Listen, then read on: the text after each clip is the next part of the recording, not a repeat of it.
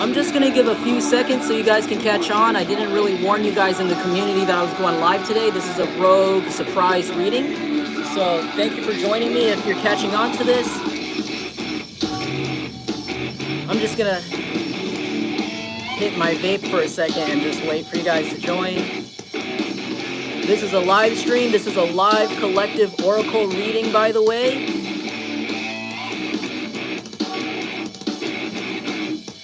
Hello, welcome. Thanks for coming back.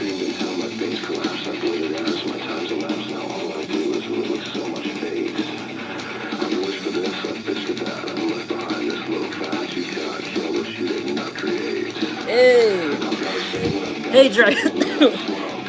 Hey, Dragon Squad. Hey, Amanda. Sorry, that was a rough hit. Sorry, embarrassing.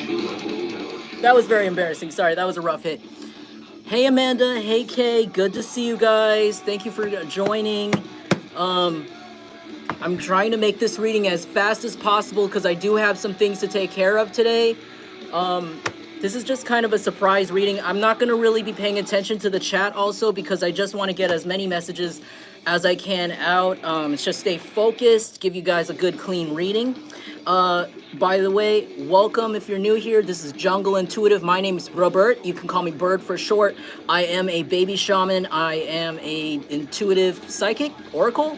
I guess I read oracle cards mostly. I'm not really a regular tarot reader. This is a psychic channel where I do collective oracle readings, but I also do true crime psychic readings.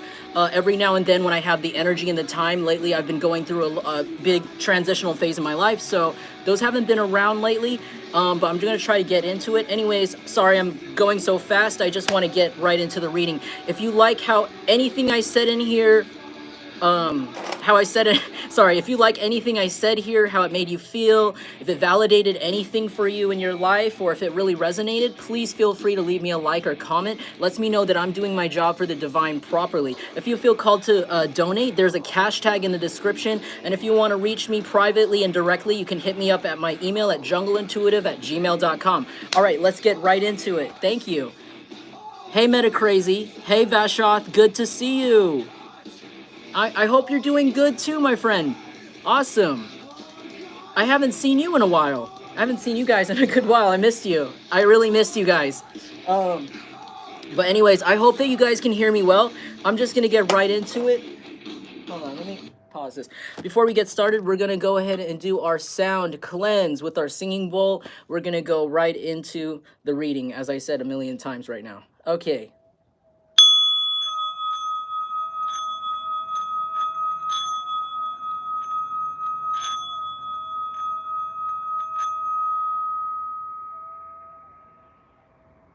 That was a really good ring. I just wanted you guys to know that that was really clear. I haven't felt that clear in a very long time in this building. Namaste. We're going to get right into it now. Let me just get that background music going on.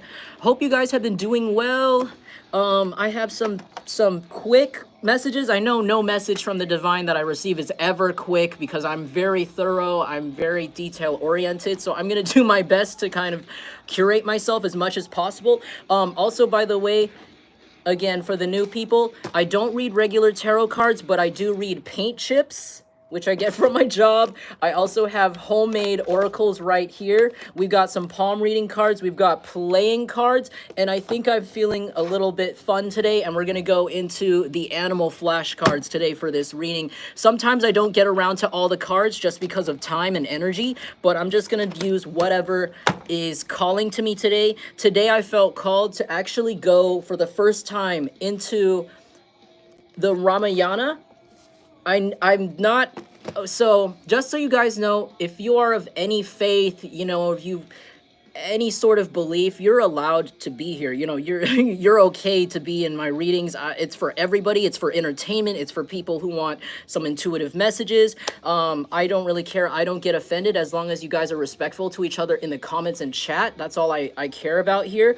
So I hope you guys don't mind me sometimes referencing, you know, my own systems. I am a Vedic Buddhist, by the way. So this is, you know, something I have in my home. I'm going to go right into just a page of it. It's more like a story. It's not like a Bible with verses in it. It's more like a huge story, a huge epic, really. So I'm just gonna flip right into it. I just felt called to today. I'm just gonna pick a page and we're just gonna go right off of it. I'm not gonna read it for you. I'm just gonna look at one line and I'm gonna just snap it right in, all right? So I'm sorry if you guys are a little bit weirded out by that. It's just something I felt called to do today. I felt like Lord Shiva was really wanting to talk today. Lord Rama really wanted to say something to me today, so we're just gonna go right into this. Sorry.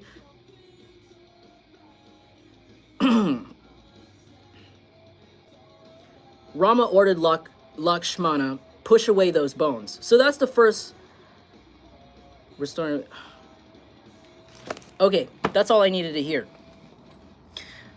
So the general messages here is that we're finally healing now. We're finally healing. We're finally clearing away the debris. There's somebody who's been trying to put the same skull, the same bones, the same debris of the war, let's say, because this story is about a worldwide, universe-wide war against demons and gods versus demons, essentially, and other evils, all amalgamated into giants, essentially. I'm sorry if I'm, butchering the concept. I just really want to get through it.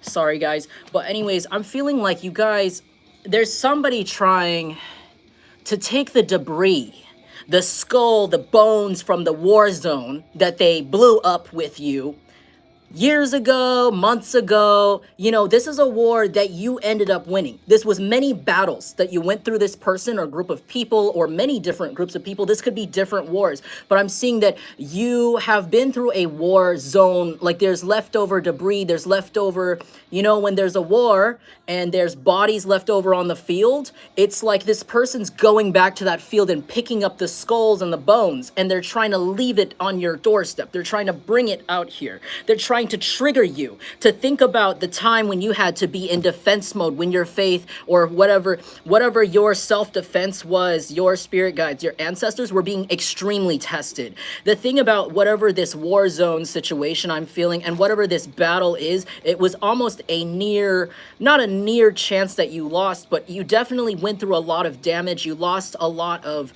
energy along the way. You lost, let's say, soldiers along the way,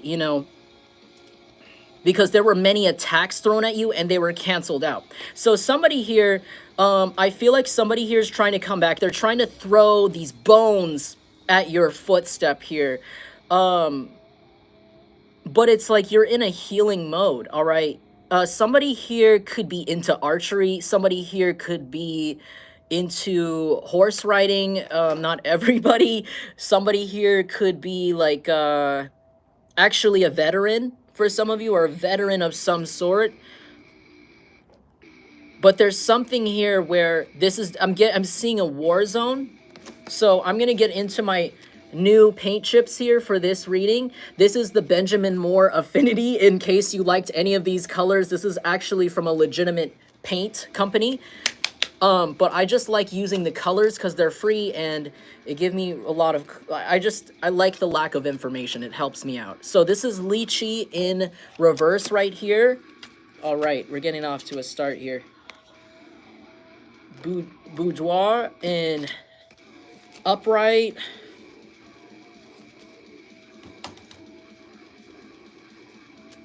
I'm sorry, I'm trying to check the song on the radio right now. I'm playing like screamo and metal right now just because I feel like going fast. I feel intense today. Is Recreant, and this is the song Recreant. The lyrics in Recreant is, "I will never forget this knife you placed in my back." And he's screaming it because this is a screamo song. He's vocals. That is a very prominent lyric. And that's so crazy that lines up with the page that I pulled up from the Ramayana, where, see, you will never forget this debris. You will never forget that war this person put you through. You will never forget, like Chelsea Grin Recreant says, you will never forget the knife that this person placed in your back. It's embedded in there deeply. And it's something you will, I feel like, not that you will never heal from, but it's a scar that for sure will not go away. This is a deep trauma. Some of you guys could have gotten PTSD, all right? Post-traumatic stress disorder, just from what this person did to you or tried to do to you, okay? It could have had to do with sex, boudoir. It could have had to do something with sex. Maybe you guys, I'm sorry, trigger warning. I mean, these readings are for adults, you know, I don't expect children to be watching me like that. But, you know, I feel like for a while, your sacral chakra, all right, somebody was trying to block your sacral chakra. They were trying to block your solar plexus also. They were trying to block your creativity. I also heard root. They were trying to go for your root too, your root chakra. Your sacral was blocked for a while because of what this person did, because of the fucking trauma this person fucking placed on you, the knife they placed in your back. Some of you guys couldn't have sex for a while for some reason, or weren't able to create in some sort of way. It doesn't have to be specifically about sex, but it could be that. I don't want to get too specific about that because that's where things can get really triggering. But I feel like if it wasn't sex, it had to, your creativity was traumatized. Let's get some more. Curcuma. I don't know what curcuma means, but I'm going to Google it right now because the computer's right here. Because I just care that much and I'm not going to leave a stone unturned. Curcuma. Okay, curcuma is turmeric. So that's another word for turmeric. What language is this? I'm sorry, I can't. Can someone tell me what curcuma is from? So this is turmeric, all right? Hey, thank you, Metacrazy, for all the confirmations. Okay, so somebody in the chat has said turmeric is anti-inflammatory. Mental health issues can be clear. Clear chakras. All right, thank you for that little message I just picked up there. Turmeric. Again, that's another card for healing. You are healing from whatever situation bullshit that this person's trying to place on you again. Has to do with sexual healing. I'm going to be really honest with you. I feel like you're going to heal from whatever this is a lot faster than you think. And it might actually be that you're already healed from it for some of you. But if you guys are still struggling with some sort of anger, some sort of resentment, some sort of freaking negative energy exchange from whoever this low vibrational piece of shit is, okay, sorry, excuse my language if you're new here, I just freaking, I don't know, I just don't like people that I read, you know, I don't like these freaking karmics messing with my collective, and it just gets me into that level. But I'm gonna keep it real, keep it 100 with you how I feel about this.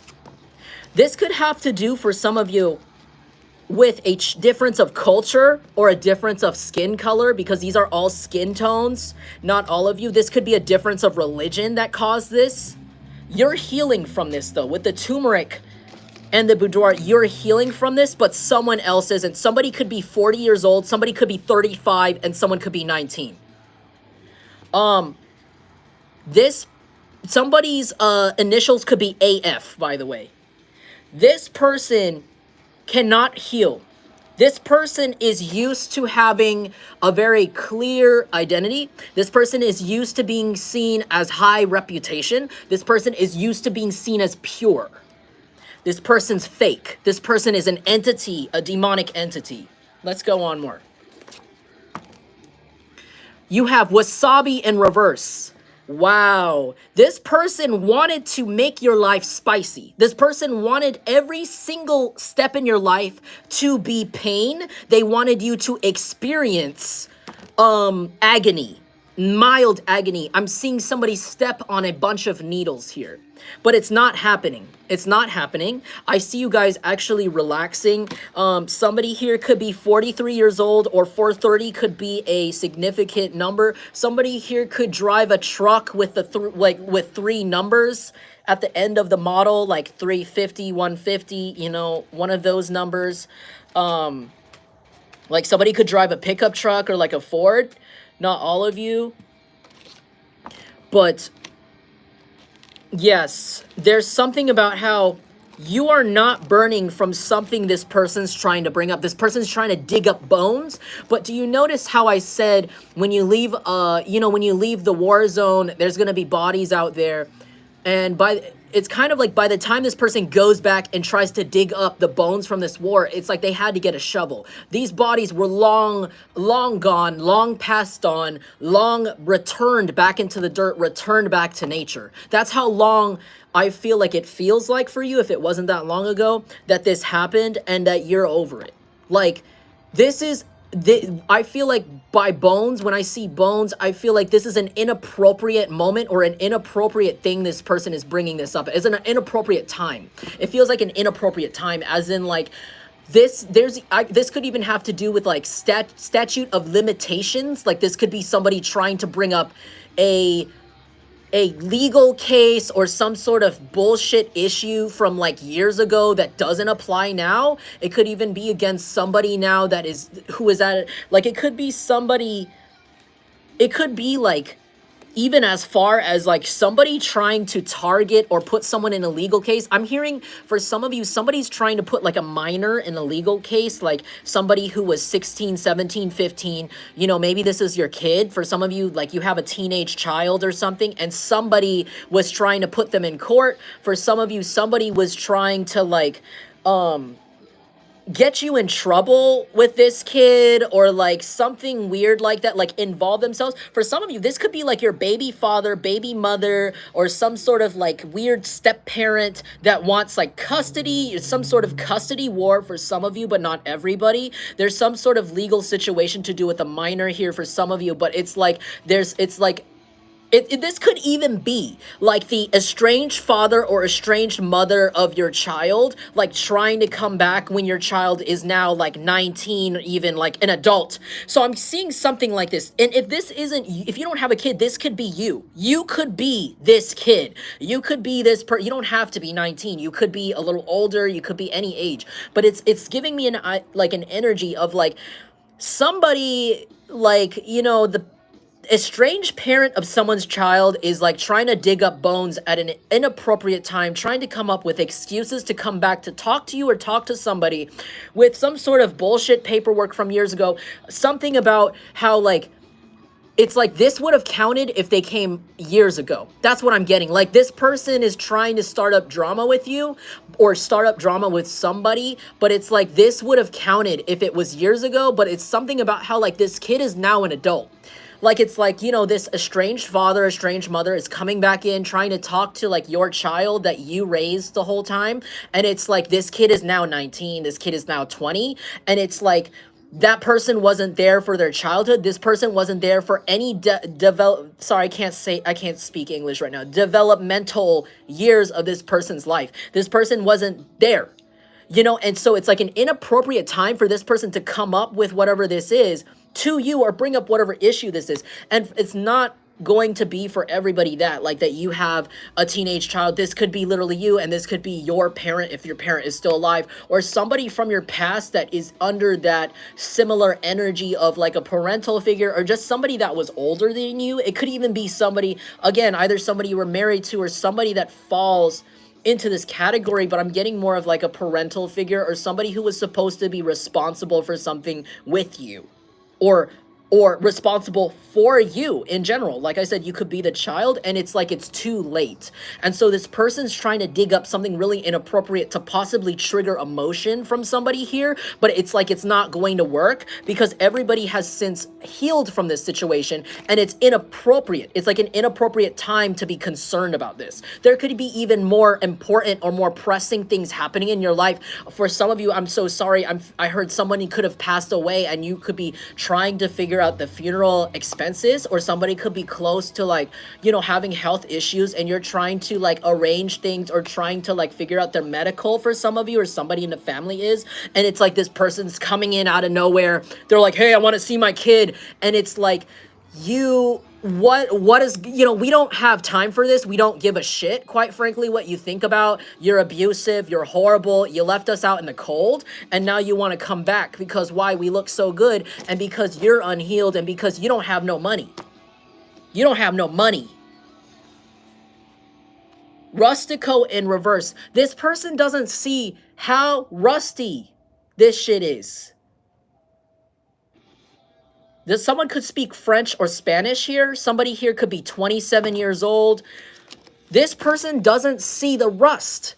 They don't see that you gotta spray WD-40 on this door to even open it, like an inch. They don't know that your shit is closed, slam, you fucking nailed boards on that shit just so this person wouldn't open it again because they caused so much freaking damage in your life.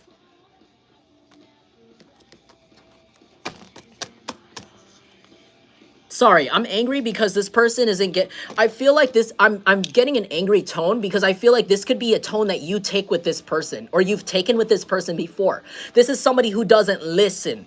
And I feel like even when you could have, for not all of you, but if you do pipe up your voice like this or raise your voice at certain people when you get triggered, it's like I feel like when you talk to this person in the past, they just gave you silence. They just gave you a blank face and let you go and then tried to patronize you or pretend that you didn't just yell at them. This person's a narcissist, okay? They don't respond to anything. They don't respond to anything if it's not what they want to hear. Okay, this person just controls everything. They do everything they want and they don't consider other people because they're very selfish. This somebody's favorite color could be burgundy red. Somebody's favorite color could be green, pink, orange, or yellow. Okay, let's get into it. Caponata.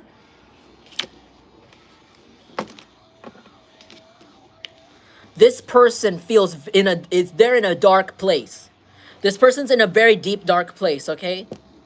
This person's in a dark place. They might even be in a violent place. For some of you, this person might want to off themselves. I'm going to be really honest with you. I'm sorry, trigger warning. This person might come to you with a dramatic, inappropriate message about how they want to off themselves, all right? This is a manipulative liar, manipulative narcissist who needs to go to a therapist, all right? And you need to send them the S hotline instead of your phone number, all right? You need to block this person. For some of you, you might need to get a restraining order on this person.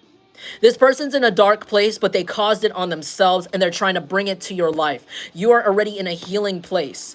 I'm talking in a firm tone because this is a tone that you could possibly talk to this person in. You probably can't help yourself but have a firm tone because there were many times in the past where this person acted like they didn't hear you or acted completely opposite from what you wanted or even disregarded your needs or what you actually want in situations to a very almost illegal point for some of you.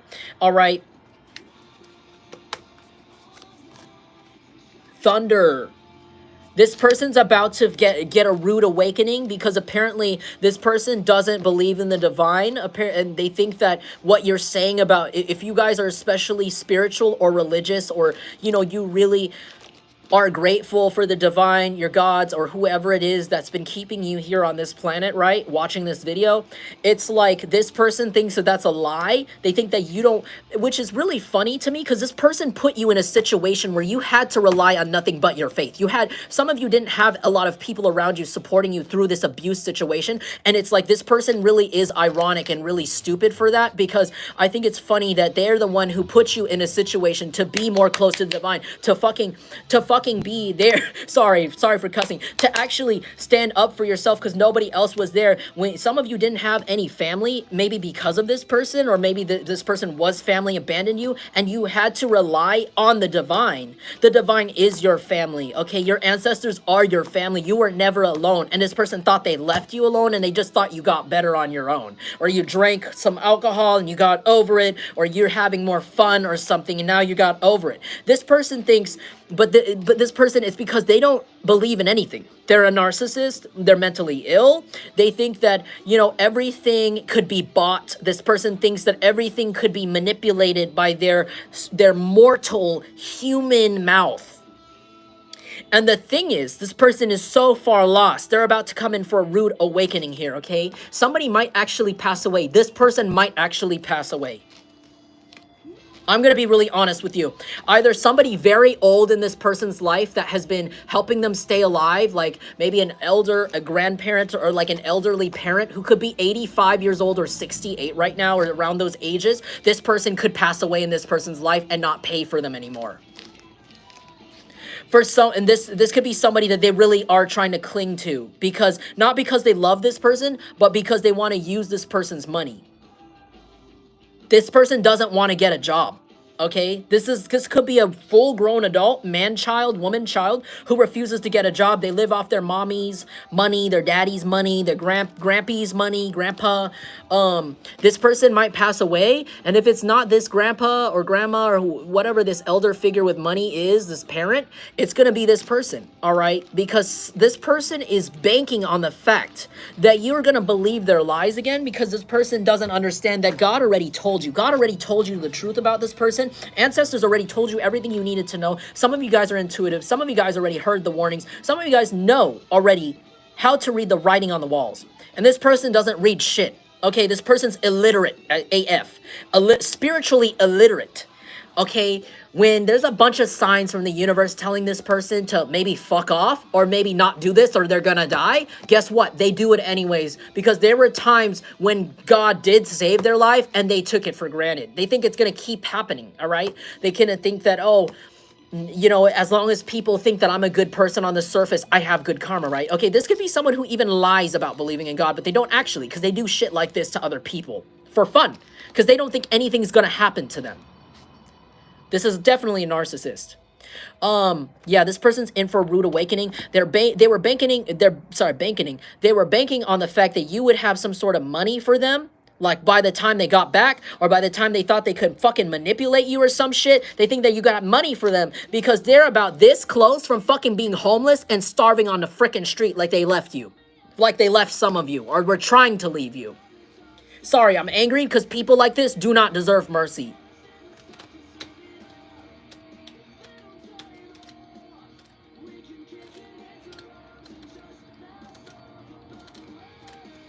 Thank you everybody for the confirmations. But like this person is in for a rude awakening, okay? I'm sorry, like this person cannot, I'm getting angry because this person, it's like somebody who just has a one-track mind and they just won't freaking calm down. Like they keep getting, I'm getting, like there's someone getting notifications constantly over and over again. Hey, you need to leave this person alone. You need to leave this person alone. You need to leave this person alone. You need to stop starting wars. You need to stop attacking them, all right? You need to stop calling up entities in your weak vessel to go for the Jungle Collective. You need to stop. This person could even get warnings like where their shoe becomes untied and they fall and they smash their face when they're on their way to like disrupt you or trigger you. This person could even have done, that could have even happened to this person in front of you when they were still in your life. Like things could have fallen on this person in front of you. They could have gotten like a big bump on their head or like a big knee scrape or like it could be, this is what this looks like. You know, like when someone like they fall, they drop something, they trip, and it's like it seems like it's going to be like a face plant. Thank you Tyra. It's going to be like a like, you know, like when you trip and fall and you think that it's just going to be a little trip and fall, but then you end up breaking your whole ass arm. It's like that. Like that's what happens to these people. It's like they trip, they fall, or they drop something and they think, you know, it's so, I don't know if I'm coming up with the words right. It's like it's like, it seems like it's mild. It's like, it's kind of like, how did you get this much damage from like dropping it 1 inch? It reminds me of when I was picking up this package of light bulbs the other day and I literally held it this far from the table and then I dropped it and I flipped it over and it was a huge crack on it. And I was like, oh my God. Oh, I freaking broke the hell out of that. I couldn't, like, that was so delicate. How could I have broken an entire set of light bulbs just by not even dropping it. I just literally put it down, like, gently. So it's kind of like that. It's like giving me like an accident, but it wasn't supposed to be like, you're not supposed to get an injury from it, but you get it anyways. Like, do you know what I'm saying? Like when you see somebody, right? It's like a really bad luck. Okay, let's just call this really bad luck.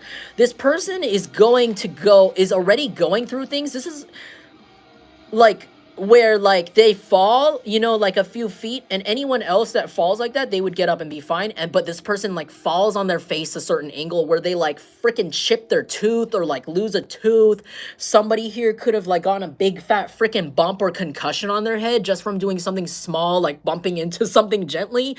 This could be like somebody who like literally sprains their entire wrist just from like accidentally like dropping something wrong or like picking something up that they usually pick up normally and just like it fails.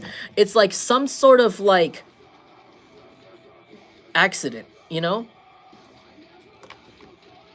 It's okay, guys. Everybody could talk in the chat. I don't mind. I like the confirmations, but like it's giving me that vibe. If you're around somebody who has bad intentions for you, and I've seen this from from experience, if they go through like immense bad luck in front of your face and you have nothing but good intentions for this person, right? But you're not so sure about them, and all of a sudden they get the worst luck, like their car like to the point where if this, especially if this person lived a distance away from you, right, and they had to drive to you. Let's say this person is about to drive to you and they drive like normal, but they go through a puddle on the freeway and their car just spins out of control and it crashes in the freaking wall. And it's like crazy. It's just like a chance thing. Like, how does that happen? And it's like that's a way that your ancestors are protecting you from this person. They're like getting their lick in kind of like secretly in front of your face. And I'm not saying every time, you know, so you hang around somebody with bad luck or bad karma, that means that they're targeting you or that they're not good for you. But from experience, I've found like whenever I find out somebody was like lying about me or like kind of I confirm my suspicions that this person's a liar or this person had bad intentions for me, they always have the worst luck around me. Like, especially when they hang out around me, I feel like it could be the protection, but I would watch these people literally like buy food, like a whole plate of food, and then just trip like 1 inch and the whole entire tray falls out of their hands in front of me, to the point where I feel sorry for them. But it's like an unusual amount of bad luck. Like they drop, like they looking at their phone, they drop it on their head and they end up with like a bump on their head for like 3 weeks. Like weird stuff like that. Like, or like they'll crash their car 3 times in a row consecutively after just fixing the same thing. Like, or like they'll break their car in different ways consecutively in front of my face, and I'll be like, oh, are you okay? Like, do you need me to pick you up? And the reason for this is because that's the first, like, sometimes that's a sign that your ancestors are just literally trying to like keep this person away from you, or like physically trying to just show you, hey, like, this person doesn't have the best intentions for you. We're literally like attacking this person because they're energetically attacking you or have bad intentions for you. I'm sorry if I worded that really badly, but that's just something that happens. Like, I've seen people fall really badly, like break ribs, break legs right after they do something really horrible to me or horrible to someone else. I've seen it happen in front of like other people. Like I'll even see like my ex friends, like people that I'm not friends with anymore. I don't vibrate with them anymore. You know, vibrate, not like that. Maybe this is somebody you vibrated with. No, but I mean, like, I wasn't on the same. I didn't resonate with them. I didn't resonate with them anymore because I realized they were pretty low vibrational and they were kind of like influencing me in a bad way, like influencing my mindset in a really bad way. But the crazy thing is, it's like I would see these people like, hey, yeah, I cheated on my girlfriend, I cheated on my boyfriend, and then they'll turn around and they'll lose everything. Like, they'll lose like secretly though, because of course I don't know, for some reason they're really secretive about their karma, but these people will like car break down, become homeless, everything in front of me, their shit breaks down, their furniture breaks so they can't even have a place to sit. Like, it's crazy. And I would just sit back and be like, damn, bro, like, that sucks. But like in my mind I'm just like, yeah, wow, you know.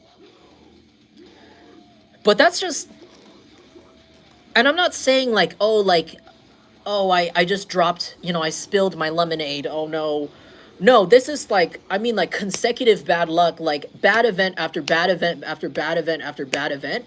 That's like a really huge sign. Like, this person is making mistakes. This person keeps doing something wrong here energetically to somebody, if not you, around you, and you need to, you know, just keep some distance. You'll find out. I feel like this could have happened around you. Like, this person could have literally, this person could be like covered in band-aids. Like, they could probably cut themselves by accident, or like fall all the time, or like be prone to accidents very, very, very constantly. To the point where you probably, for some people probably think that this person has like,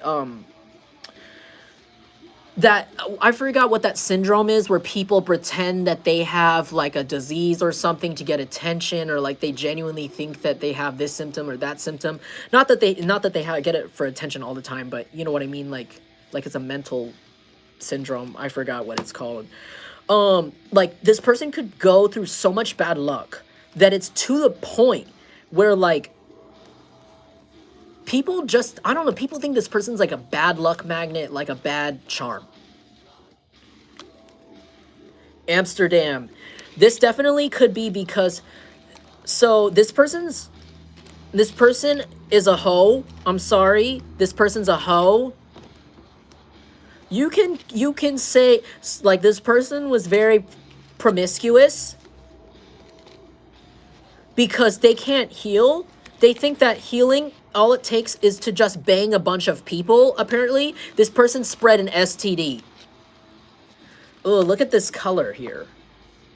Oh, it's citrine. It's citrine in reverse, guys. Citrine in reverse. This person definitely spread an STD. Citrine, isn't that for cleansing, right? To cleanse your energy, clear your energy. This person doesn't clear anything out of their energy. When you have a physical exchange with someone, especially like intercourse, you know, doing the thing, doing the do, there is an energetic exchange, an attachment. And, you know, sometimes it's not always the best energy. This person gets around. And I'm not slut-shaming somebody, because that's okay if you do. I mean, but this is somebody who, like, gets around a lot, and they never clear their energy to the point where they don't... I don't know, like, this person's very reckless. This person could be a literal prostitute for some of you. This person could literally be doing some strange things for change right now.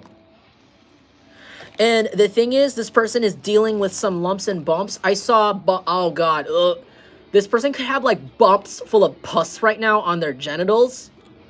Like herpes, but like also cysts. Somebody here could be even covering it with makeup. That's really disgusting. I'm sorry, guys. Yeah, they're saying you need to stay away from this person. Your ancestors are doing a lot of, like, a series of unfortunate events, I heard, on this person to keep them away from talking to you and bringing these bones up from the dust. I'm sorry.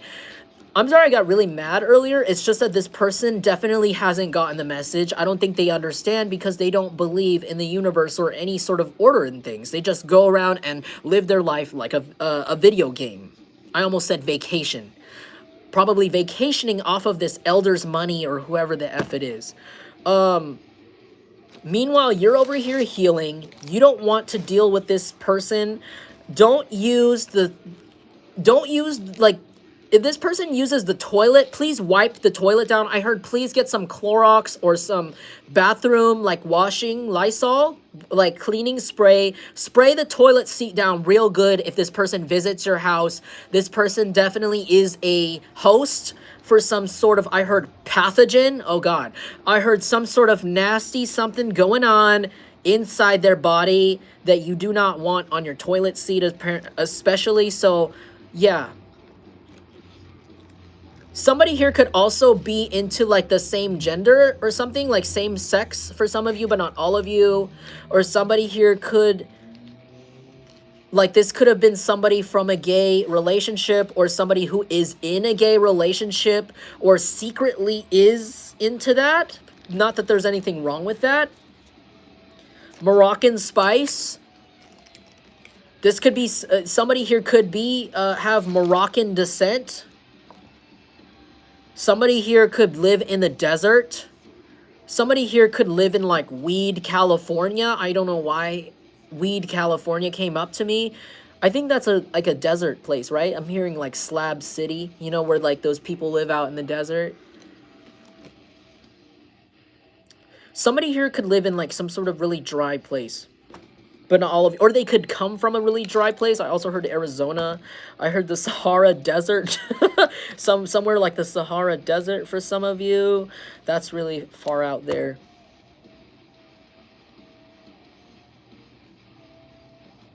Somebody could be born in 85. Someone could be born in 1970 or 1950. This person is burning really bad. This person, when they pee, it feels spicy. I heard this person, it hurts for them to pee. It hurts for them to even take it out. I think this person is such a addict that I think that they're so possessed. I think even though it hurts them, they're still doing it. Like they're still going around and spreading this STD or having intercourse with all these people because, I don't know, because they are taken over by an entity that they cannot control. I think that's why I got so angry and firm. I was like, no, because you have to be really firm with these freaking entities. You need to tell them, no, I don't listen to you. I don't freaking work for you. Like, get out of here. This person is possessed. I'm sorry to say this person is definitely possessed. This person is no longer there. This person's no longer there. I heard a empty phone dial tone. Okay, when you pick up the phone to call this person in their mind, it's just they're not there. They don't remember anything about this person doesn't remember anything about you or anything about their past self. Okay, this person is a entity. They don't remember who they used to be. If you talk to this person, it's gonna be like talking to a completely different person, all right? This person is possessed. And they're not in control of what they're possessed by. They don't have any control over it. Again, another confirmation for the rainbow here. Okay, somebody could be part of the LGBT community. If you are, this person could have tried to use that against you, or this person could secretly be part of that community, or this has to do with something to do with the community here. Or diversity. This could have to do with something to do with diversity. Silhouette. This person is dealing with body dysmorphia. This person hates the way their silhouette looks in the mirror. This is called silhouette. Somebody here could be 55 or 65, or those could be significant numbers. This person definitely doesn't like to look at themselves in the mirror. They don't like the shape of their body. They hate the shape of their body. They hate the outline. They feel like they could even have a distinct body type. There could be something very distinctive about this person where, like, if they stand sideways in front of a light and you look at their shadow, you could probably tell that they are this person, and they don't like that. You know, I'm also seeing Alfred Hitchcock. Have you seen like an Alfred Hitchcock movie? And you know how in the beginning it's just the side of his head, his nose, and like his body, and that's like his logo. This person feels like that. They feel like if they stood behind a curtain, and I'm also seeing that scene in Austin Powers. Have you seen that scene in Austin Powers where, oh my gosh, I'm sorry, I'm feeling so random today.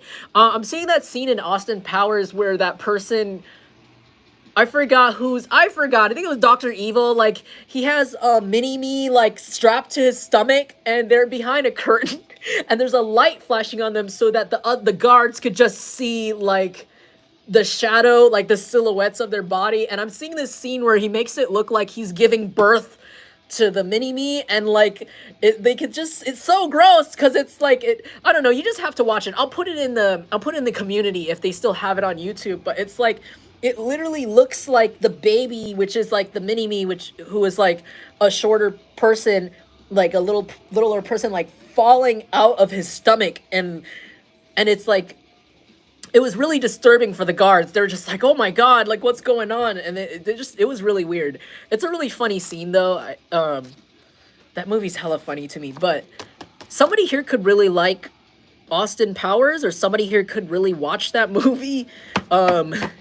Somebody here could something to do with a golden key. Somebody here could have like a house key that's gold colored. That could be significant for you. Somebody here could also be British for some of you, or had visited England before, but not all of you. Or Scotland. I'm hearing shagadelic, baby. Oh, behave. I'm hearing Mike Myers in what do you call it, Austin Powers say those lines. So yeah, somebody here could even look like him or dress kind of in a retro 70s way. That's really funny. Yeah, somebody here could dress like vintage, but not all of you. Not everybody. That's just a random. Or somebody here could just you could have met this person in the 70s. For some of you, you could have met this person in the 70s if this was that long ago. Yeah. But why am I thinking of that silhouette? You know why? Because this, okay, not only does this person not like their body shape, like they don't like the silhouette, I think it also, there's something about what they did to you became their signature. How this person abused you in some sort of way, I don't know how. People know this person's reputation as that. This person's shape. Whenever people see this person's shadow, now I'm seeing like a beautiful lady stand in front of a flashlight, and when you see her shadow, it's like a scary witch in the shadow, or like a really big bad wolf, or like a really scary, like gross, like monster in the shadow, but then it's like a pretty regular looking girl like in front of the light. So it's kind of like, it's like that, like it's like this person could even look conventionally attractive, or like normal even, or like still good seeming, but it's like people don't see them as that anymore. They just see their silhouette to other people has morphed into this creature, this ugly, nasty, just freaking horrid creature. Okay, this person people see this as someone with no soul. This is somebody who is beyond saving, okay, in terms of being a good person. I'm sorry, I'm underlining my words because I'm seeing spirit just kind of like highlight, say this, like with the glasses on the nose, just like, just no good. Maybe this is somebody who does crosswords, or they could do someone here could do word searches with highlighters for some of you. Someone here could also have some sort of relation to Amy Winehouse. Somebody here could listen to Amy Winehouse, or even look a little bit like Amy Winehouse. I don't know why. You know what? Actually, I know why. Somebody here could also be of Jewish, what do you call it, background, descent, because you know why? Because I went to the Amy Winehouse exhibition at the Jewish Contemporary Museum in San Francisco years ago when I went to art school, and it was really cool because they showed a lot of her things that she left over in her home, her personal things, and it almost made me cry, honestly. She was so awesome. Because it's just like her things were just so, like, she just seemed like such a cozy person just by the things that she left over. Like, you could see her, and I'm seeing her word searches, Amy Winehouse's word searches. She used to love word searches, and I thought that was so crazy. That's so old school of her. But she's like, to the day she passed away in the, like, I think the 2000s, she was doing word searches, and they were like highlighter and like pen. I thought that was really cool. That was really interesting. But it was really crazy how, like, you could just see her books that she had on her shelves, and like her clothes, a few of her favorite things, and it was just like, this is like a really normal person. Like, there was nothing pretentious about her items. There was nothing like so like, oh, this is the most expensive thing in the world. Like, she seemed like a pretty casual woman. Like, just from the things she had, like, she seemed like a really cool person, you know? Maybe somebody here could watch Room Raiders, or somebody here could have used to watch the show Room Raiders in 2000s. I don't know why I'm thinking of that. Room Raiders. Maybe maybe this person went into your room. Oh, okay, sorry. Full circle in the downloads. Okay, yeah, word search, word search. This person could search your name a lot on the internet here. All right, also, somebody here could have broken into your room. This person could have went into your room before without your consent or without you knowing. because I heard Room Raiders, and then I was thinking about all the personal items. Room Raiders, Room Raiders. If you've never watched Room Raiders on, I think it was MTV or VH1, I don't remember which one of those channels it was on. It's like basically a kind of like a reality game show, not really a game show, but like a reality dating show where there's usually like 3 chicks or 3 guys that they pick, and there's like one, you know, bachelor type of person's room. And the whole concept of the show is that they take this person by surprise out of their home without giving them time to prepare their room, without giving them time to clean it, like straight up wake them up in the middle of the morning, like early in the morning, and tell them to leave. And then they have the 3 contestants, these 3 like they're basically suitors for this bachelor's room. This bachelor, sorry if I'm explaining this really badly.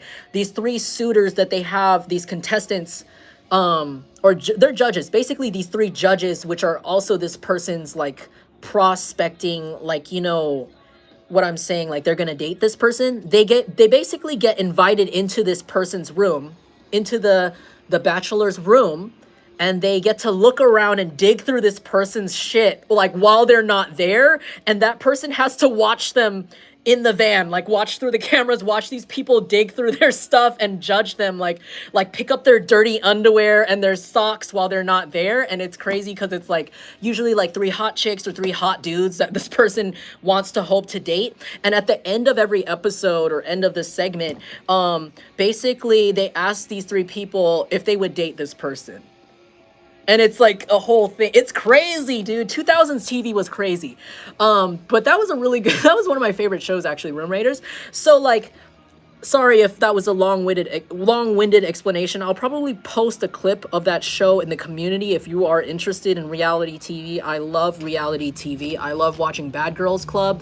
Ooh, Bad Girls Club could be relevant. Someone here could like fight. If someone here is like female or like a woman or like feminine, they definitely fight. But anyways, so this person could have went into your room and like even like tried to dig through your things. If this is like an ex of yours or somebody, I don't know, somebody weird you have a weird history with, this person, I almost spit, this person could, I don't know, this person drools over you, dude. This person drools over you. This person drools. Or they drool in their sleep. Or somebody here drools a lot in their sleep. This person broke into your room and they stole your underwear or something. They stole something dirty. I didn't mean to say dirty, but like, okay, I'm gonna roll with it. They stole, like, they probably, okay, this isn't for everybody. This is only for those of you where you know for sure this happened, and I'm just confirming this for you. Like, you know somebody went into your room and you know things were disheveled, like, okay, so this is what I'm seeing what happened. This person could have went into your room and like looked for something to do spell work with on you with. This is only for those of you where this really, really, really resonates. Like, you know, this person does magic or some sort of weird thing. This person, so you could have cut off things with this person or like block this person. This person became so desperate that they could not siphon your energy anymore, or like by dating you or like being around you, that they went out of their way, possibly for some of you at some point a little bit after this breakup or after this blocking or whatever this was. I'm gonna pull some cards to figure out when that was, where this person was so desperate to retrieve your energy and re-harness this. And if you are, you know, mildly psychic or intuitive and you've had experience connecting with other people, especially in the astral, you're going to know exactly what I'm talking about. When someone tries to make an astral connection to you, they need to have like a really good grasp of your energy. And by getting your energy to connect with you in the 5D plane, like in your dreams, especially sexually, you have to be thinking of that person also. Usually you even have to know how that person looks or things like that. This person has to especially know how you currently look usually, or they have to have a good signature of your energy. Like, and what this looks like, I'm putting you guys on game. What this looks like when people have an energetic signature of you in order to astrally manifest or astrally visit you, is that if they close their eyes and they can get a very, very, very clear image of you, very like HD, every detail's right in their mind about you from memory, from sensory memory. Sometimes they could use that to actually dream about you or manifest you or show up. Okay, this is something that some people do. So this is what I'm seeing happen here. This person could not connect to you. You possibly could have even, I'm getting really deep here, and I'm sorry if you guys, not everybody's going to understand what I'm talking about, but for some of you, you could have felt this person's energy like a monkey on your back. You could have felt this person watching you energetically, or you could have even felt this person trying to grope you energetically, trying to get you, trying to be sexual in your mind or weird like that, or trying to send you weird messages astrally or energetically. And you could have not understood who this person was for some of you, or maybe you didn't know it was this person, or you didn't know what this person was doing or how they were doing it at first, maybe even before your awakening. This could have even happened years. This could have been happening to you for a long time before you had an awakening, or before you got deeper into understanding how things happen. Is that someone's brakes? Do you hear those squeaks? Someone needs to replace their brakes. Maybe that's a message for someone here. If you need to replace your brake pads, I suggest you need to do that right now. It's raining. It's raining a lot too. So please maintain your car. Get your oil changed. Get it checked out. Maybe this is a good message that you need to get your car checked out, like by a professional or even like a tune-up, because, you know, if this person knows what your car looks like, that would be a good idea. Or there might be a moment where you really need to drive somewhere immediately and you don't want your car to break down on you. Not that I'm saying it will, but just if you are somebody who was thinking about that, like getting intuitive messages to go and get your car maintained, I suggest that. I strongly suggest that from this reading and just from that confirmation outside. But anyways, going back to my message about how people astrally visit you or astrally try to, you know, be gross to you, they need to have that energy signature, and usually people like this, they can get it clearly if you have especially touched them, like physically, not like touched them, but if you've like touched their hand before, like shaken hands from them with you, shaken hands with them before, like they can smell you, if they can especially smell you. Sometimes people could just go off of that. Basically, any sort of energy that you give them that they can fantasize off of, or project some sort of outcome on or energy on that they want. That's how they use it. And this especially happens if you're not spiritually protected fully, you know, or you don't really know what's going on, or you don't know who it is usually. But it's like this. So what happened here is that you could have caught on to this person's weird energetic work. And if you don't know what I'm talking about, you could have just sensed that you thought that this person might come back, or this person might try to attack you or harm you again. You could have felt a gut feeling, and you went and protected yourself spiritually. Some of you guys felt this coming in your heart or in your gut, that this danger was coming towards you and your family, or you and whoever is dependent on you, and you felt the need to go. I heard someone went to a shop, a shaman, or somebody went to buy some candles. Someone went to a monk, a priest, and talked to them and got some extra advice here, and this really helped you out. This really caused, some of you could have even paid for a cord cutting or did a cord cutting ritual, but not all of you, or returned a sender constantly on this person. Especially some of you guys just really prayed up. Some of you guys realized, got on point with what's going on here with this person's energy, and you could have cut it off in a spiritual way. And it's kind of giving me a vibe of like this person is like in a glass window or glass door, just hey, let me in, and this is the wall, you're over here, no, trying to, let me see what you look like, let me smell you, and it's like they can't imagine you anymore. It's giving me also the vibe of like, do you know, like if you don't see someone for a really long time, you start to forget what they look like, you start to forget how they sound, you start to forget how they are.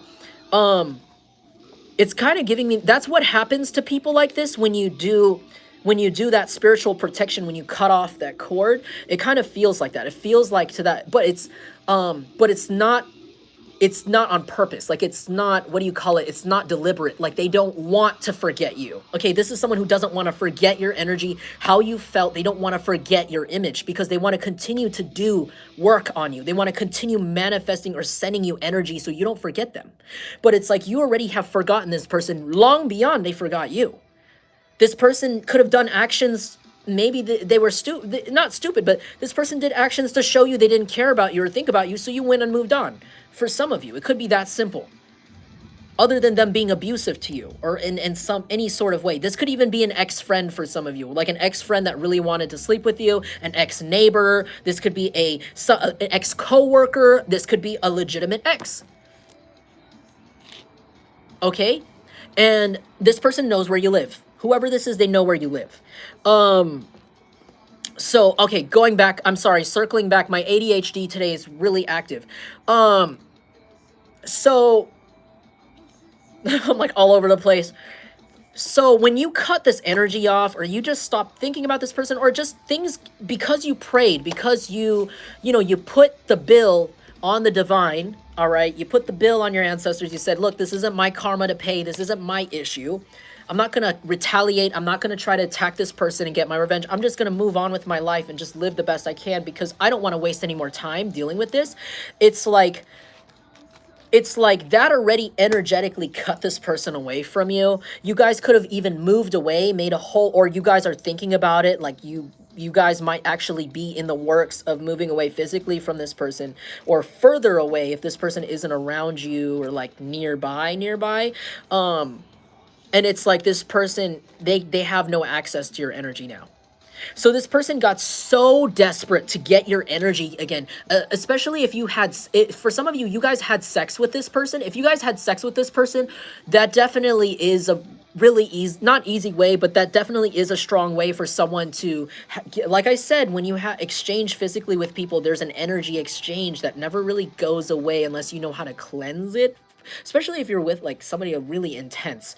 And it's kind of like you could have like had a one night stand with this person or just slept with them, and there was like an energetic exchange, and they were able to map out your body shape, map out how you are in their mind, how you smell, everything, how you taste, and manifest or astrally project that way to you. And it's like you cut off sex with this person, you cut off, I don't know, physical exchanges. It could even be that you shook this person's hand, this person had an extreme crush on you, or even walking by this person. If this is a neighbor, you just cut off making sure that you're visible at all to this person. And some of you guys could have even put, somebody here could wear a hijab. Someone here could wear a hijab. Someone here could be like Muslim and could have gotten even stronger into their religion for some of you, but not all of you. Or somebody here started covering their hair, but not everybody. Or started wearing more hats. Some of you guys started wearing more hats, staying low key around this person if they live nearby you or know where you are. And it's like an energetic cutoff here. And the thing is, so this person got so desperate that they could have broken into your room and tried to get something dirty, like your sock or your underwear or your shirt that you sweated a lot in, so that they could smell it and that they could manifest you. And I'm not, don't freak out, okay? This is only for those of you where you know this is some sort of activity this person would do. This person is very bold, okay? They could have done this when they were really high on something blue. That could be alcohol, that could be crystal meth. Serenade, okay? This person's plan, okay, in their cracked out mind at this moment. Actually, let me get a Queen of Wands. Yeah, okay, yes. So this person wanted to manifest a friendship with you, whether or not you have a history with this person. This person wanted to manifest some sort of friendship with you, possibly even to get you hooked on the same drugs as them. This person could actually do this for a living. They could sleep with people, befriend them, and sell them drugs in the relationship.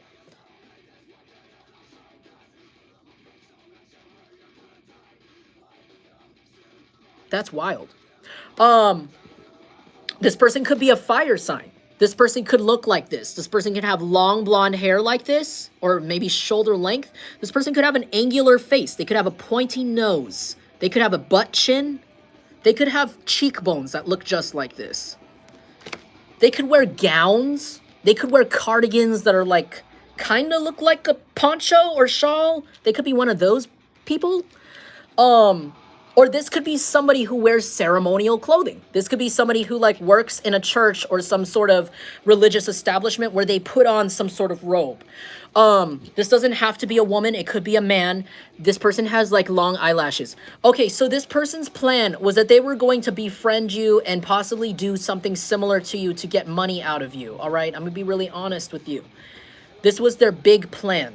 They were high on some sort of meth or some sort of alcohol when they were doing this, and they could have actually breached your space, breached your home, apartment, room, somehow if they had access to it before, or I don't know, they know somebody, and they went and took somebody's dirty sock, dirty underwear, or some sort of sweaty shirt. It could even come out of your car. You could have been missing, you could still be missing to this day an article of clothing that you even liked. Like you could wear, it could have looked really good on you, you know, you really like this shirt, and it got stolen.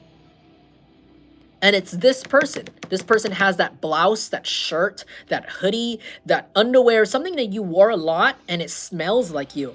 And this person could put it on secretly. They could put on your clothes secretly, like your hoodie or like your shirt. Even if this is a man, your blouse, when they're really drunk, this person could smell it and like, I'm sorry for some, okay, trigger warning, like this is a sexual message. This person could like smell your clothing and like masturbate while smelling you, like in the clothing or in the underwear, doing something really like disturbingly nasty like this, because this person's so desperate. Whoever this person is, they were really desperate to get your attention. And you know what's really, really messed up? It wasn't for love. Okay, this person's just desperate for money. I don't see any water cards here. This person has no water for you. They see you as a lick, the biggest fish. I heard the biggest fish they can catch. Because some of you guys are on a path to success. Some of you guys are actually getting exposure right now, positive exposure. Some of you guys are on social media. Some of you guys are going public with your business, public with whatever your company is. Like this could even be public to investors. You guys are on a fast way to the top, I heard. Really fast. You're going to the top fast, not slow, fast. And then I'm seeing that episode of SpongeBob called Hooked, where they get on the hook because, you know, SpongeBob, they're under the sea and those hooks are actually fishermen trying to reel them up. And it's like, I'm seeing them pull on the hook and just go straight up to land. It's like, that's like you, not in that negative way. Like you going straight up real fast. Like you're going to pull on the right hook and the right fisherman's going to reel you up. You know what's crazy is that Hooked is an episode about addiction. That's an episode of SpongeBob, a children's cartoon about addiction. Mr. Krabs, the elder, the parental figure in that episode, tells SpongeBob and Patrick, hey, if you eat the bait on these hooks, you're not going to come back. Do you know what happened to the last fish that ate the drugs or the bait on that hook? They didn't come back. They died. SpongeBob and Patrick didn't listen to Mr. Krabs, and they went for the bait, and it's cheese, and it tastes so good, and they got addicted to the bait until all these hooks got caught up on them, and then they were... It was a whole thing. I don't know, I'll post about it, but basically, in the end, it's like SpongeBob got hooked, and he was too prideful to tell Mr. Krabs that he got hooked, that he got into the issue, that he's on his way up. If he were to let go of the restaurant while that addiction, aka the hook, was hooked to his shorts, he would have been flung up to land. And the whole time he's like trying to hide from Mr. Krabs that he's hooked on this addiction, he's like holding on to something, trying to stay alive, like, no, I'm not hooked, I'm fine, I listen to you. until the very end of the episode where he's sobbing, he's like crying, he's like, okay, I got hooked, I didn't listen to you. He had to break down and ask for help. He had to break down and ask for help. The whole time, it was Squidward. The whole time, it was actually, at the end of the episode, they find out it was actually just fabricated to teach him a lesson. It was an innocent kind of like fake situation to teach him a lesson, basically. But you know what? There could be something in here about that where this person...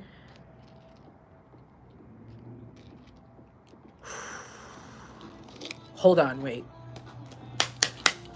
Whoever this is, right?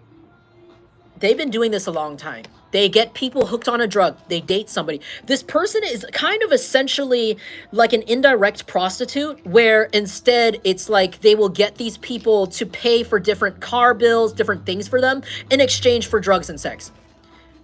They target like men or women that are like vulnerable, lonely, and they make these people fall in love with them, but also fall in love with the drug. They cloak their vision of the situation with whatever drug this is, addicting drug.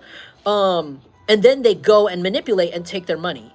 And then it's giving me that, it's also reminding me of that Vice documentary from like years ago, where there's that white dust from, not white dust, I don't know if it was white, that dust from Colombia that people blow in the face. I don't know if it was Colombia. It was one of those countries down there where they blow the dust in someone's face, and then that person is like, I don't know if anyone remembers that episode of Vice where it was like a memory loss drug, like some sort of dust that comes off of a plant that they blow into people's face, and it completely makes you black out, not remember at all what you're about to do for I think like days or hours, I don't remember. Like you completely black out, you don't even know what the person's telling you, and it kind of turns you into a zombie. And people would blow this dust into people's face, like tourists or whoever, and get them to go to the ATM and empty their card for them. And then these people will wake up somewhere like not even knowing what happened. And it's all like they'll just walk into a cloud of dust. It was like kind of a scary thing. It was a scary documentary to watch like back then. I'm getting some sort of vibe here, like this person could be like that in a more indirect way, like they blow the dust, aka the drug or whatever addiction, you know, at this unsuspecting person with money, and it's somebody that they're not even attracted to. It's somebody that this person not usually, you know, they don't care, because sometimes these people do overdose. This person could be, oh my gosh, this person could be responsible for like someone's overdose. Someone could have died in this person's like care or presence. This person could have like indirectly killed somebody with an overdose. Like this person is like a personal dealer prostitute. I don't know if that makes sense.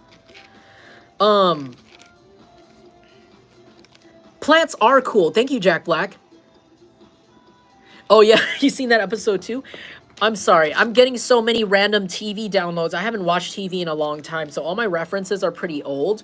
But, like, I'm getting this vibe, yeah? It's really interesting.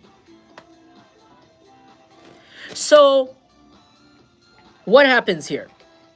This person... Oh, yeah, I was going to poll to see what was hooked. What was that SpongeBob Hooked episode about? Whoa! Hold on. Why? Tell me what's going on. Tell me what's going on. Okay, you know why I got the message about Hooked? 10 of Swords, 10 of Wands, Ace of Wands, 2 of Pentacles.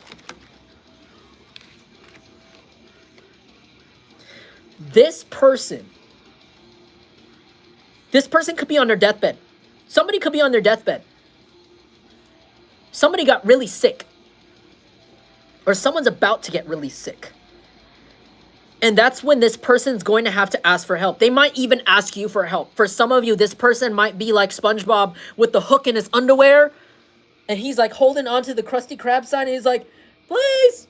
Like that's this person. This person might come to you in the jaws of addiction. The literal jaws of addiction. This person might not even look like this the next time you see them. This person is going to be in tatters, I heard. They might even be in tattered clothing. They're going to come... This is crazy. And you know, This is because you've blocked your energy from this person. This person siphoned off your energy to stay functioning, to stay seemingly healthy on the outside, in order to continue to manipulate these Johns or these clients, to continue to pay for her car bill, pay for her rent, pay for different things, you know, give them mediocre sex, give them drugs so that they think it's amazing, because, you know, being high on drugs or whatever makes everything feel amazing, right? You know, give them the most amazing drug sex, meth sex, Molly sex of their life, right? And then this person, the guy or the girl, think they're in love with this person, addicted to this person, addicted to the drug. They're not addicted. They do this. This is a tactic. They'll get the person addicted to the drug, but really the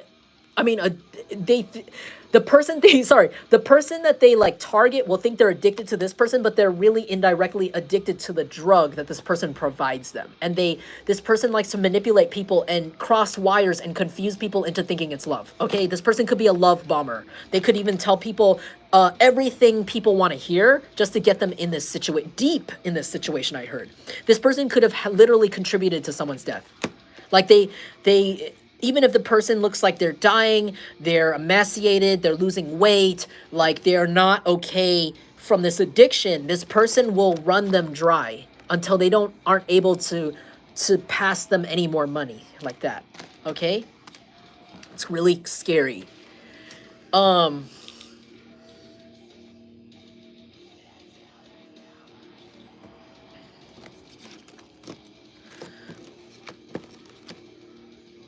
And so so they're telling me this person is trying to come back to you like on their hands and knees, damn near. They might even still be high.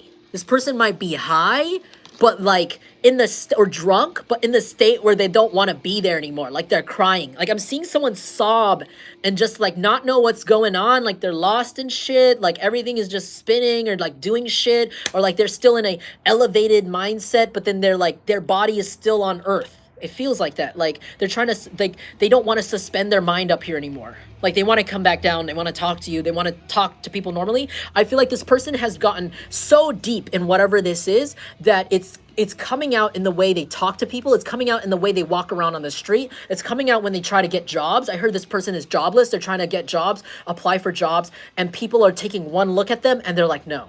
Because there's something unsettling about this person, because they're so disconnected from their 3D self. Because I'm not saying that's what drugs do to you, but like some people, especially if they're spiritual, they have abilities, and this person might have those abilities, where drugs will elevate them and put them in the astral realm. Some people do this on purpose, just to visit, just to put themselves in that half asleep, half awake state, or even a forced sleep state, just to visit other people astrally. This person could do that on purpose, right? The thing is, this person has stayed up there so long. They could like chain smoke, chain high, chain drink, to the point where their mindset is always in the astral realm, floating up here in the other dimension, constantly visiting people, to the point where this person might not even know what the difference is between reality and like fantasy or manifestation. Like this person might be like, there was a point, I'm sorry if I'm like sounding crazy or like I'm not making sense, but it's like there was a point where this person was just like, maybe like, let's say this is like their elevated state, right? Where they're high on meth, or they're high on whatever, or they're drunk, quote unquote elevated. And this is their grounded self, where they're here. Oh God, I got a thing in my eye. Somebody's crying right now. Somebody is literally tearing up and they're trying not to. Somebody's trying to act tough right now while listening to me. They're trying to be like, that's not me. They're fucking crying. Okay, so this person's like, this is grounded. This is elevated state. So in the beginning of their addiction, they were like this. They were going in a circle, right? They're down here. I'm sober. I know what's going on. I came down to earth. I tuck the kids into bed. I cook dinner on time. I do this. I maintain this. I clock into my job. They go high again. All right. They don't know what the fuck's going on down here. Do you know what I'm saying? But in the beginning, it used to just be I think people weren't able to catch on to this person's addiction because they had a even a even balance, kind of like a routine where, like clockwork, they stay sober enough to kind of stay grounded, do their responsibilities, but then elevate high enough to enjoy it, right? Enjoy astrally being gross, astrally predatoring people, right? Or visiting people's dreams, and then come back down to the, enough, just enough so that people don't suspect them. But now this person has gotten so deep in this addiction, like this person could literally rely on doing this to other people as a main source of income right now. This person is a indirect drug dealing prostitute, or not an escort, drug dealing prostitute. Urban prostitution is a real thing. Instead of money, they pay your car bill, they pay other, that's prostitution. In exchange for sex you don't care about, whatever. And you give them drugs also, and it keeps them coming. It keeps the fish coming. Keeps SpongeBob and Patrick, right? All right? Keeps them hooked. Okay, but anyways, this person lost their job, which is what was down here in the ground zone. So now, oh, what's the point of being sober? What's the point of balancing myself out? I don't even have a job anymore to show up for, to be grounded. And all these guys or all these girls are giving me this money, and I'm just, making bank off of the drugs, getting free drugs off of them, paying for it for me, paying for my life, whatever, all right? This is how this person's thinking, or was thinking recently. And so now they're stuck on stupid, dude. They're stuck on stupid, bro. They're up here. They're up here in the elevated. I don't know. You know what it's like to walk around stuck in that state? Not that I've been that drunk before. I don't do stuff like that. I don't smoke stuff like that, though. I only smoke weed. But like I think I've been like drunk enough, probably. Maybe close. But I don't know. It's kind of like, it's like people, basically when you're up here, when you're in the elevated state always, you're gonna not make sense to people down here in the grounded state. People are gonna know that you're high on something, you're drunk on something, first of all. You're seeing things that other people don't see, Even if it's spiritual, even if it's really there, you could get it makes people very unstable, like really unstable. Because you still have to take care of responsibilities. You still have to take care of your human needs on Earth, here on the ground. But when you're up here, that's where, oh man. That's why you see some people when they're deep in addiction, they're not taking care of themselves. They don't they're not coming back down to wash themselves, pay their bills, eat food even. Some people, they just, especially intuitive people who end up getting on, addictions and things like elevated states, right? Or blackout states. They think they can live up here. Oh, they just visit people, especially if this person's a prostitute. If this person is a prostitute, this person can literally go up there as a form of escapism to do their job. This person could even visit you astrally while they're doing this prostitution job to get through it. And other people too.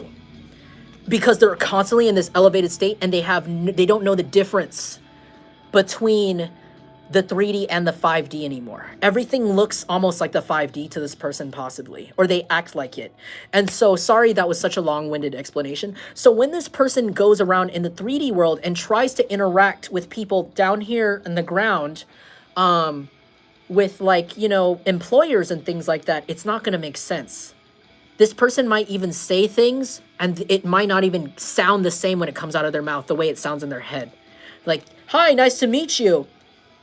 And they're up here saying this. When they talk to the guy, it comes out, it's like that. And I'm not making fun of, like, like when people deal with addiction, but I'm genuine, like it really is it's like a disconnect. Like you're, not just your mind, but like your spirit, you're up here. This person's so gone. They're up here. Like they can't even do grounded earth level 3D things anymore. They spent so much time in the astral being weird and creepy and high. It's like this person is not down here anymore. This person doesn't know what's going on. This person's logic doesn't make sense. It doesn't make, their time moves differently up here. Time moves differently in the astral realm. This person's logic is not going to make sense, or already doesn't now. When this person explains things to people, they don't understand. They don't understand this person. It's really sad. It's actually really sad, but that's where this person is, okay? And I feel like they are on the precipice of being hooked, as in not waking up. Sorry if that was insensitive. They're hooked. I'm seeing you as Mr. Krabs in this situation. Some of you guys could be a Cancer or a Scorpio or a Pisces or a Gemini, Libra, Aquarius. I'm getting more like a Gemini, Libra, Pisces, Scorpio, Cancer vibe from here. Maybe Taurus. And this person could be like an Aquarius, a Virgo, a Capricorn. This person could be a fire sign, a Leo, Aries, Sagittarius. Or I could, you know, switch them out around as they fit. It's like this person's seeing you as the almost like the parental figure. They're seeing you almost as that parental figure. I don't know what happened to this person's family. I don't know. And they're like gonna try to come through to you, and they're lost. Like I said earlier, they're like all over the place. Like they don't know where they even are fully, but they know your face. I feel like this person could have tried to do spell work on you, like sex magic, whatever, some sort of spell, obsession spell on you, and it backfired on them to the point where this person only wants to see your face, or only sees it, only hears it, something strange like that. And so while they're in this like nonsensical, blurry world, you know, everything's ooh, whoa, whoa, whoa, whoa, you know, unstable, this person remembers your face. And they might confuse you for a parental figure, like emotionally. Like it's gonna be misplaced. You might not even know this person that well, but to this person, you're like they stalk you so deeply and heavily while they're high or drunk or something, they think they know you. And they see your face so much, they look at your picture so much. It's like, I feel like this person might come into your job. I heard they might, like if you guys go out to the bar or go out to a restaurant or something with other people, I feel like this person might try to show up. And they're not going to be in their right mind. They're going to be like trying to act normal, but you can tell when someone's like hella freaking high or like really tweaking or like not, I'm sorry, that's mean, or like really effed up. And they're just going to be like, but like you could tell they're trying to like function themselves in a way. Like, have you ever watched Fear and, what's it called? Fear and Loathing in Las Vegas? Is that what it's called? Is that what that movie's called? I'm sorry if that's the wrong title. The one with Johnny Depp and that guy, and he takes all those drugs with his lawyer.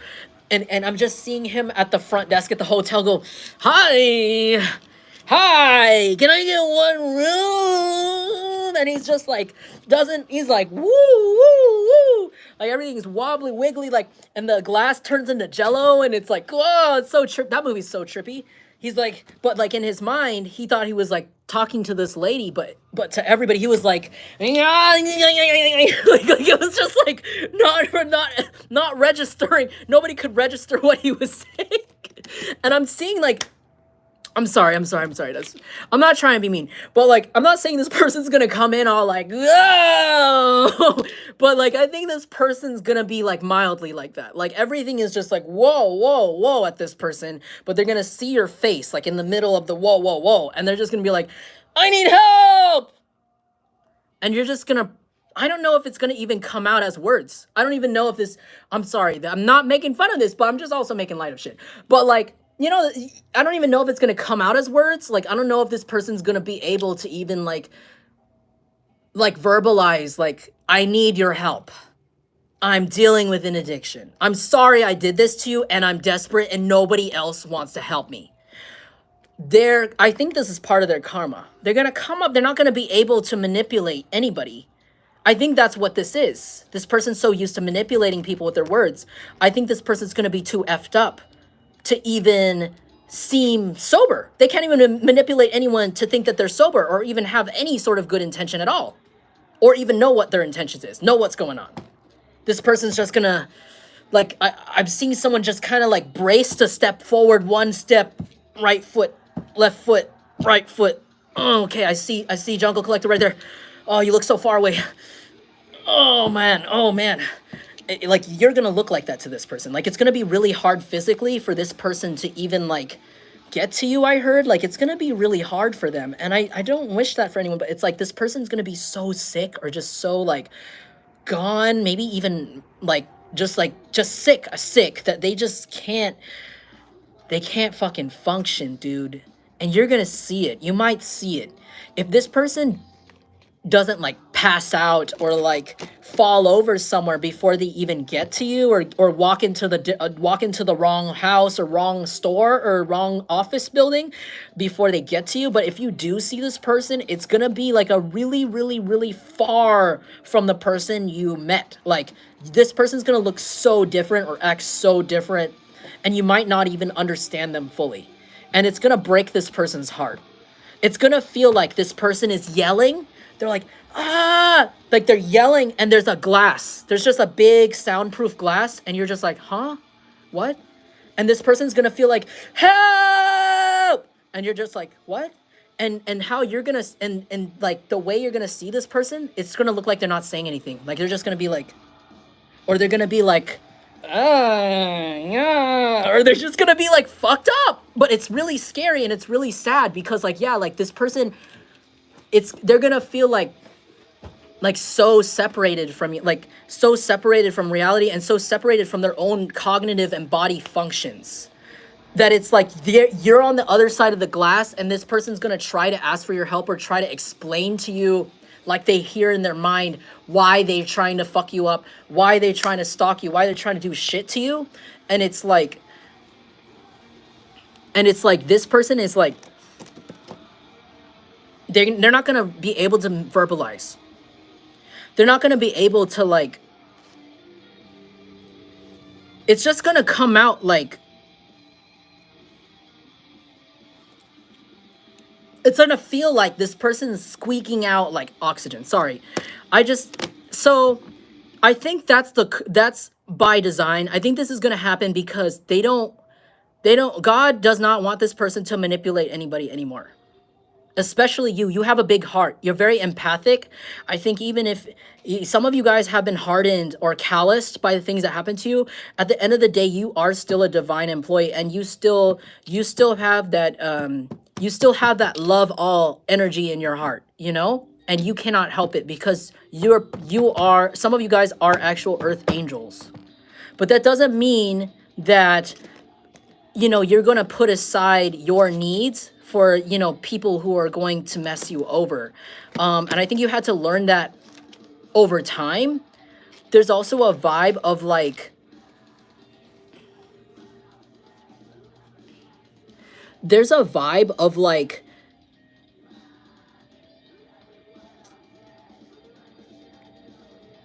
oh my God.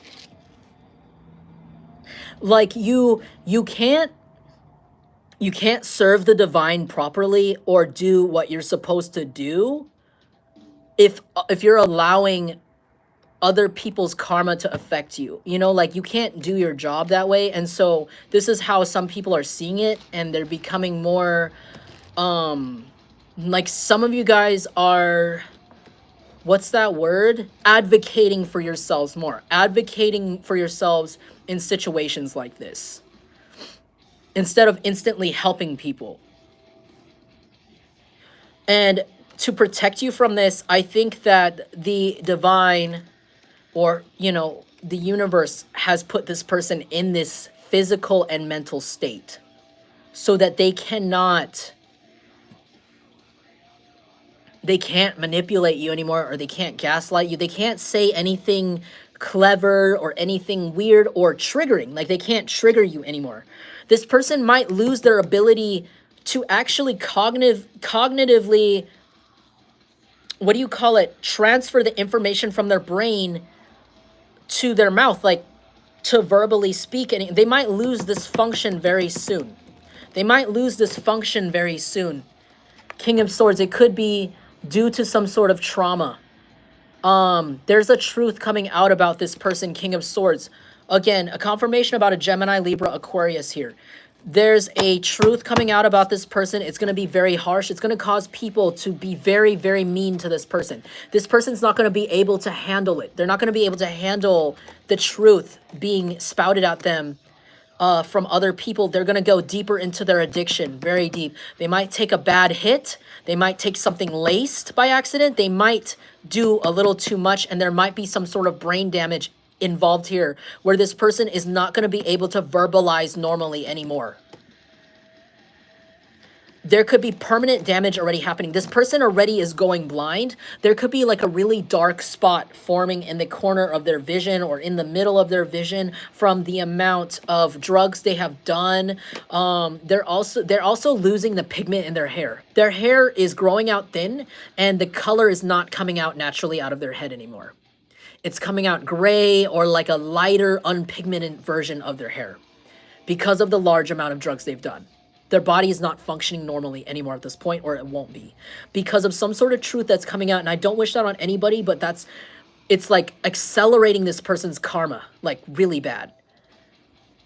Because this person wouldn't be honest about something they did to you, and it's something they do to a lot of people. They refuse.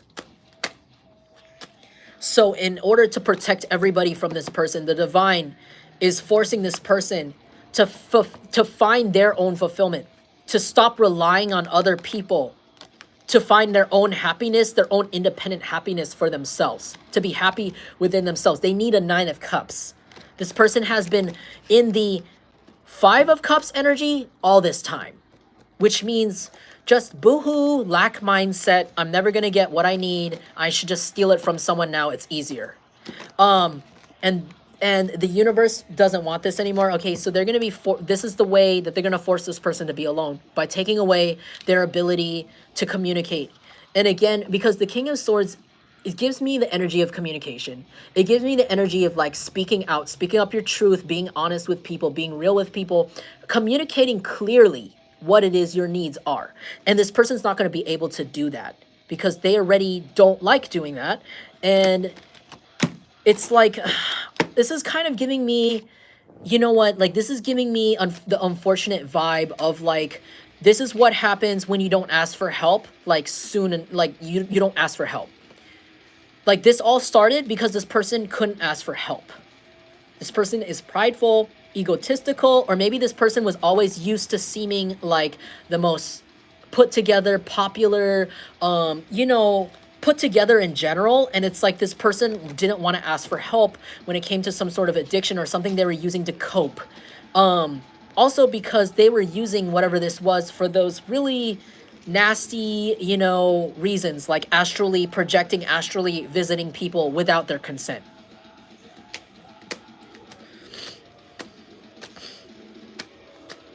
All right. Tell me more, please. I gotta go. This was supposed to be a quick reading, guys.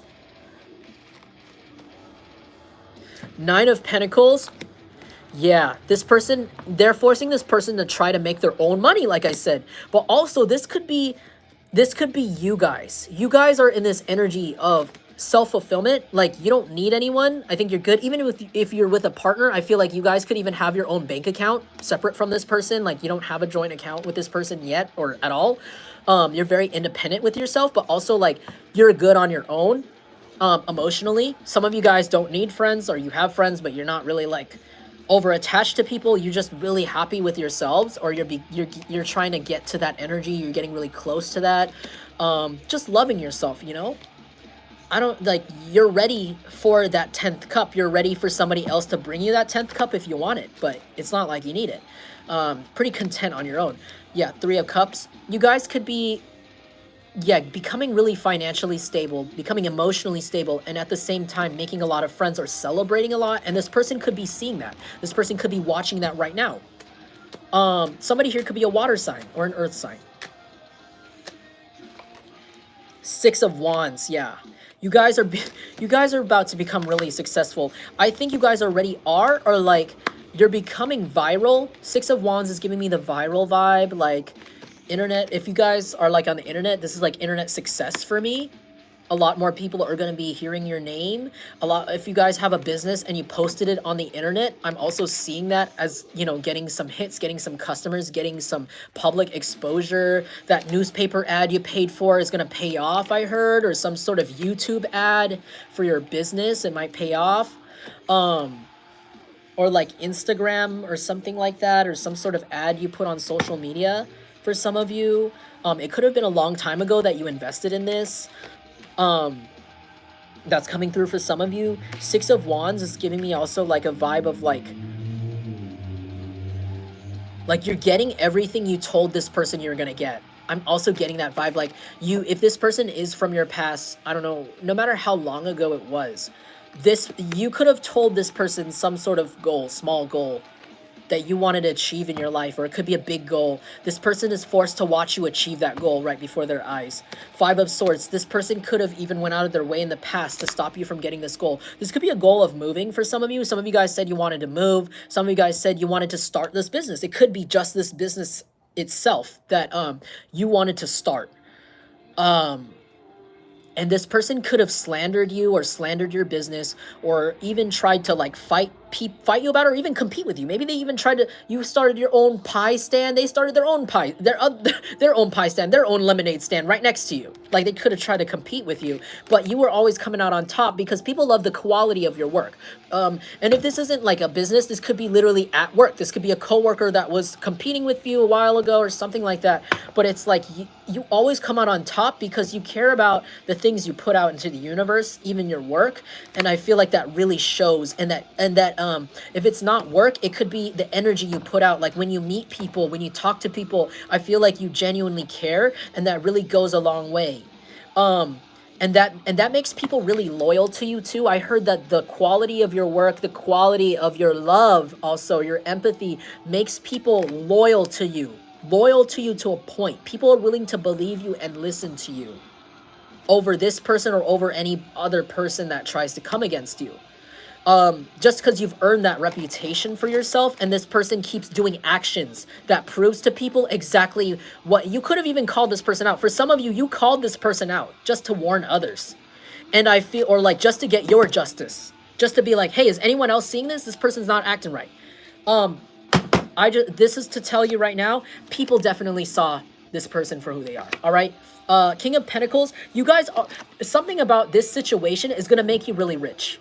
Something about this situation, something about this person giving you some sort of unintentional exposure is about to make you really rich, or about to make you financially stable. If this is a business, I'm seeing this as like somebody who hated your business idea. Like, I want to start I heard someone wants to start a surf shop, a skate shop. Someone wants to sell skateboards. Okay, that's really specific. Or some sort of sport equipment, a yoga studio.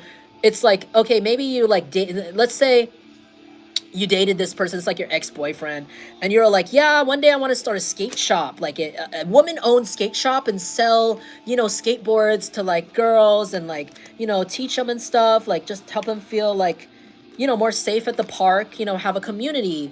And this guy, your ex or whoever it is, could have been like, yeah, fat chance, that's really stupid. If they didn't say this person could even be heavy set like this. If this person didn't say this to your face, they could have made fun of you or your idea to their friends. Like openly, like, this person's a fucking idiot. They want to start their own business, their own woman-owned business, their black-owned business. Like, or something like that. Something specific that's like very like, I heard revolutionary for you or for your town. Like, you're the first black person to open like this bookstore here in this predominantly etc town. You're the first Asian person to start this this type of business, this type of dry cleaners here. I heard you're the first like, yeah, something like this. You're the first so-and-so, first religious person, spiritual person, first young lady, old lady, sorry, not old lady, old, like someone older, old dude, young dude, first something in some sort of community to start this. But it could be like contradictory to the business or the field you're going into. Like I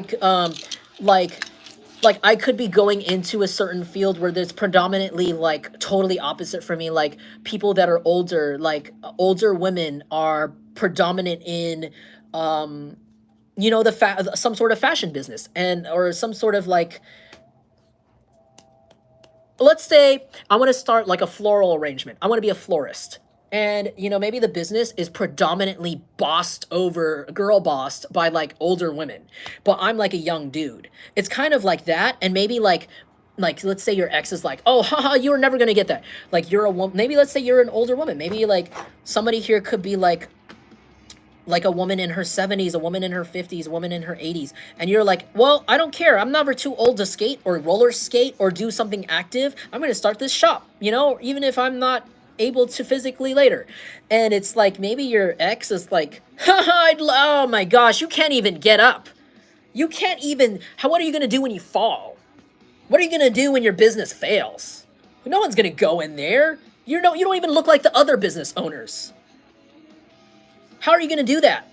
It's like this person was like they thought that, or they tried to project that on you, or they tried to make you feel like you couldn't do it because maybe other people in that work field didn't look like you.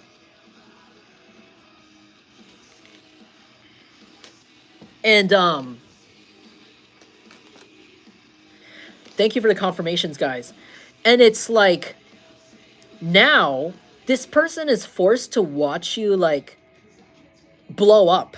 For some of you, blow up or actually like make your way in this world.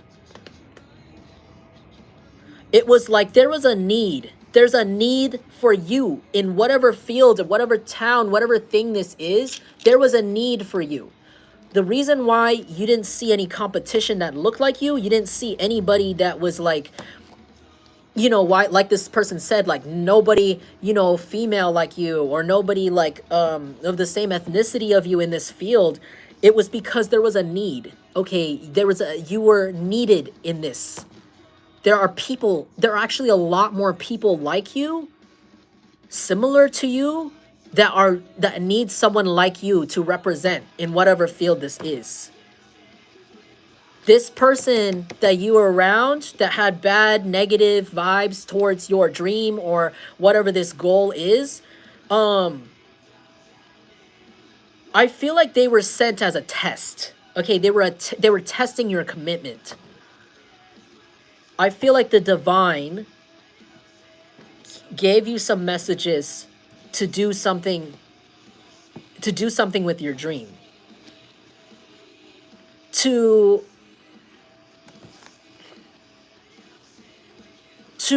follow your aspirations, to follow your gut, to do the things that make you happy in general is a service to the divine, is a service to God. It's a form of gratitude. You could even say it's a form of worship for some of you. And it's like,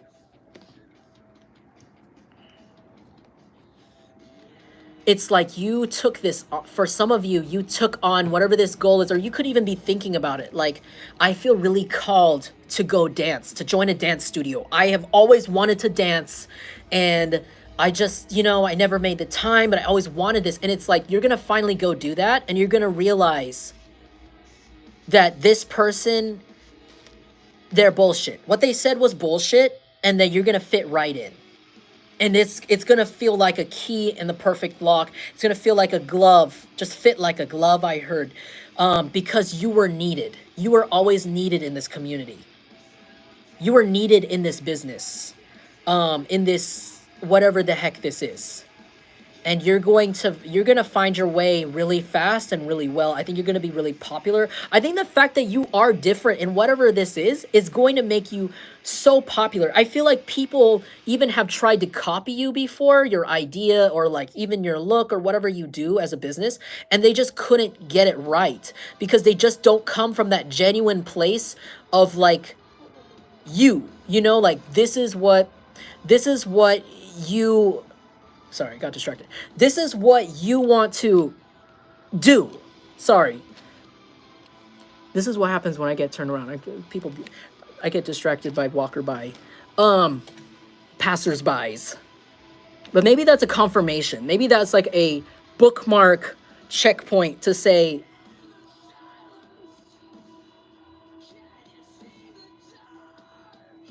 I'm sorry, I'm just trying to recount.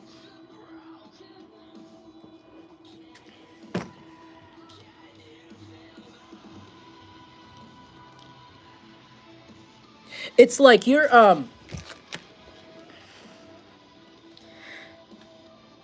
gonna find that people are willing to pay for somebody like you, and not because other people aren't good, but it's like, hey, like I've been waiting for somebody like you to help me.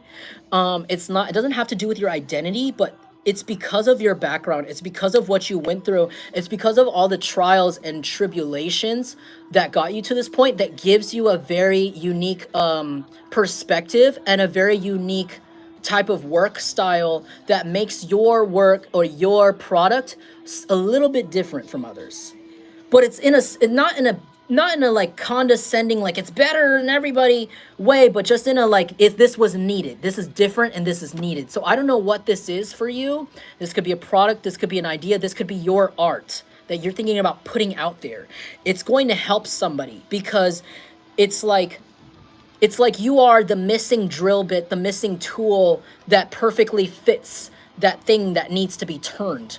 I'm sorry if that's like such a hardware store reference, but like, you know, there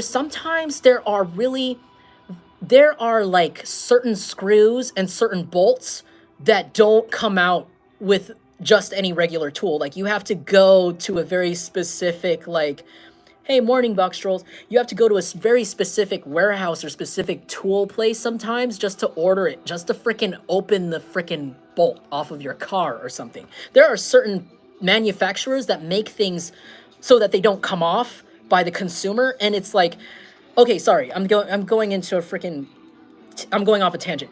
Basically, you are that tool. You're like that rare tool. You're that rare bit, that rare thing that people always needed to fit, to hit that spot that just really couldn't be hit by other things. And that's why you're there. So if you are joining a place or joining some sort of job, career arena where you feel a little bit shy, or you feel like, oh, I don't know if these people will receive me well because I look different, just know, no, you're going to be beyond received well. All right. Oh my gosh, you're gonna make so much money. Okay, there's something highlighted that you're gonna make so much money from whatever this is. You're gonna make so much money just from being you. They're saying be you more. If you've been watering yourself down, be more you. They said be more you because it's manifesting more of this. And also the more yourself you are, the more true to yourself you are to your customers or to your business or to yourself in general earlier on, that's going to make it more comfortable for you moving forward. And by this, I mean, like, you know, when there are, like, you know, like sometimes there's like internet influencers, like social media influencers, and it's like as if like somebody were to start a YouTube channel or like a account where they are like really over curated, really fancy, starting out one way. And you know, when some YouTubers or some internet people, like something happens to them or like something different happens where they have to be genuine, they have to like break down the mask and like be themselves and explain things, and sometimes, or like they have to like start, I don't know if that makes sense to some of you guys, but like, you know what I'm saying? Like when something happens, like they have to kind of break down that that PR public relations mask, and like sometimes it's jarring, and then they lose fans and they lose people because they're like, oh, I'm not used to this version of you. It's giving me that vibe where it's like, if you act yourself the whole time in this business, you know, like you're honest to everybody, you're honest about your prices, you're true to what you want, you don't let anyone else control it, you don't over curate yourself, you don't put on a mask to be more digestible, let's say, make yourself more conventional to fit in. If you don't do that, this will take you a long way. They said this will take you a very, very, very, very, very far. Then if you water yourself down and try to fit in or make yourself more digestible to people who have never seen someone like you in this field. Because down the line, you're going to want to be honest. It's just going to be less effort. It's a lot of effort to filter yourself so deeply and curate yourself and pretend to be so perfect all the time. It's so hard than to just be human, you know, and to make that part of your personality you. If you are somebody who's like, you know, really clean all the time, then do that. If you're somebody who's a little bit sloppy, I mean, don't like mess up your business with your sloppiness, but I mean, you know what I'm saying, like, put your personality into it. Put your foot into it. You know how they say put your foot in the cooking? Put your personality into it. And it's going to taste really good. That's what people are paying for. People are paying for your personality, guys.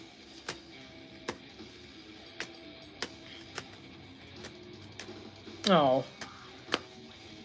Oh, thanks, guys. I'm so glad you guys like this reading. I'm sorry, I got so worked up in the beginning because I was just like, some people don't learn, but now we're getting around to understanding where the F these people are coming from. But I'm just saying, Ace of Swords, you get, oh my gosh, these are so good. These are so good, guys. This is a new start.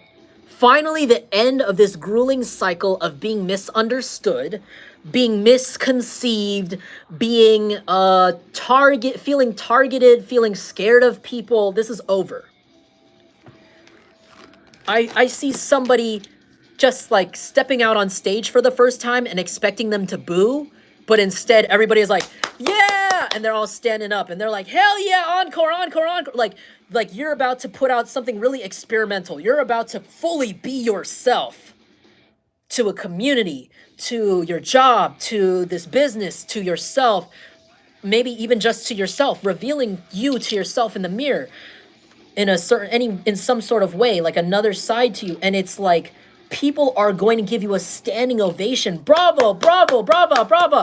They want an encore. You know, you're doing this experimental song. Hey, I've always wanted to sing this. And I know that this isn't like the top 40, but I'm going to sing it anyways. People are like, you need to repeat that. You need to record that. We need to make this a new genre. Like, you're making a new genre, okay? Like, by being yourself, you're making a new genre and you're making lots of money off of it. You're about to make lots of money off of it. You're changing the game, I heard. You're changing the game. You'd be surprised how easy it is to change the game when you let go of your fears. When you let go of being afraid of what other people think, you could blow a lot of people's minds, honestly. Like, sometimes doing things your way isn't wrong just because no one else is doing it. It's not wrong. It's just that it's a different way that other people have never thought of, but you did. Or the divine gave you that idea. You know what I'm saying? Like, and it's meant to be shared. It's meant these unique ideas, these unique ways that you do things that the divine has given you, blessed you with, it's meant to be shared. It's meant to be shared with the world. It's meant to be shared with the people around you. So that's why they want you to be fully yourself. So you could share these gifts, share these personalities, share how you do things differently, because it's special, all right? It's not just any ordinary thing. It's not wrong. I feel like some of you guys grew up being told that you were wrong, or like the way you did things was weird or wrong, but really, you're not wrong. You're not wrong at all. Dare I say you're right. You're the only one who's right. Let me not encourage delusion here, delulu here, but I'm just saying, you know, like, sometimes, you know, you might just be the only one who's right. You just might be that one scientist that just accidentally tweaked that chemical and made like a cure, you know, like you just might be that one. That's what they're saying.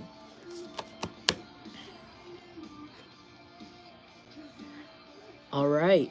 Yeah, thank you for stopping by, Prophetic Pisces. Good to see you.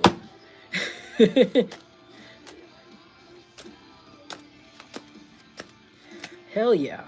All right, can we get some more messages finishing off here before I get carried away? 9 of Swords. Tell me more about this person. Oh my gosh. Yeah, okay, so whoever this is, or whoever this could be another person, all right? This like immature air sign or earth sign right here, Gemini, Libra, Aquarius, or Taurus, Virgo, Capricorn. All right, this person is like stalking. Oof. Burp. Accident. Confirmation. This person could be stalking you like really heavily. This person's not sleeping. This person has intense insomnia, or like I said earlier, if that's the same person we're talking about earlier, this person could take a really intense drug that prevents them from sleeping for days.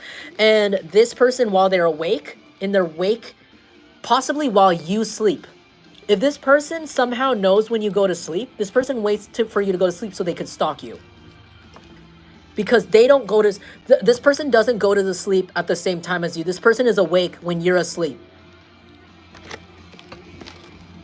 Eight of Pentacles. This could have to do because of their job. If this person is still employed, they could have like a night shift job and you could have a day shift job, and that's how this person is able to just, I don't know, stalk you.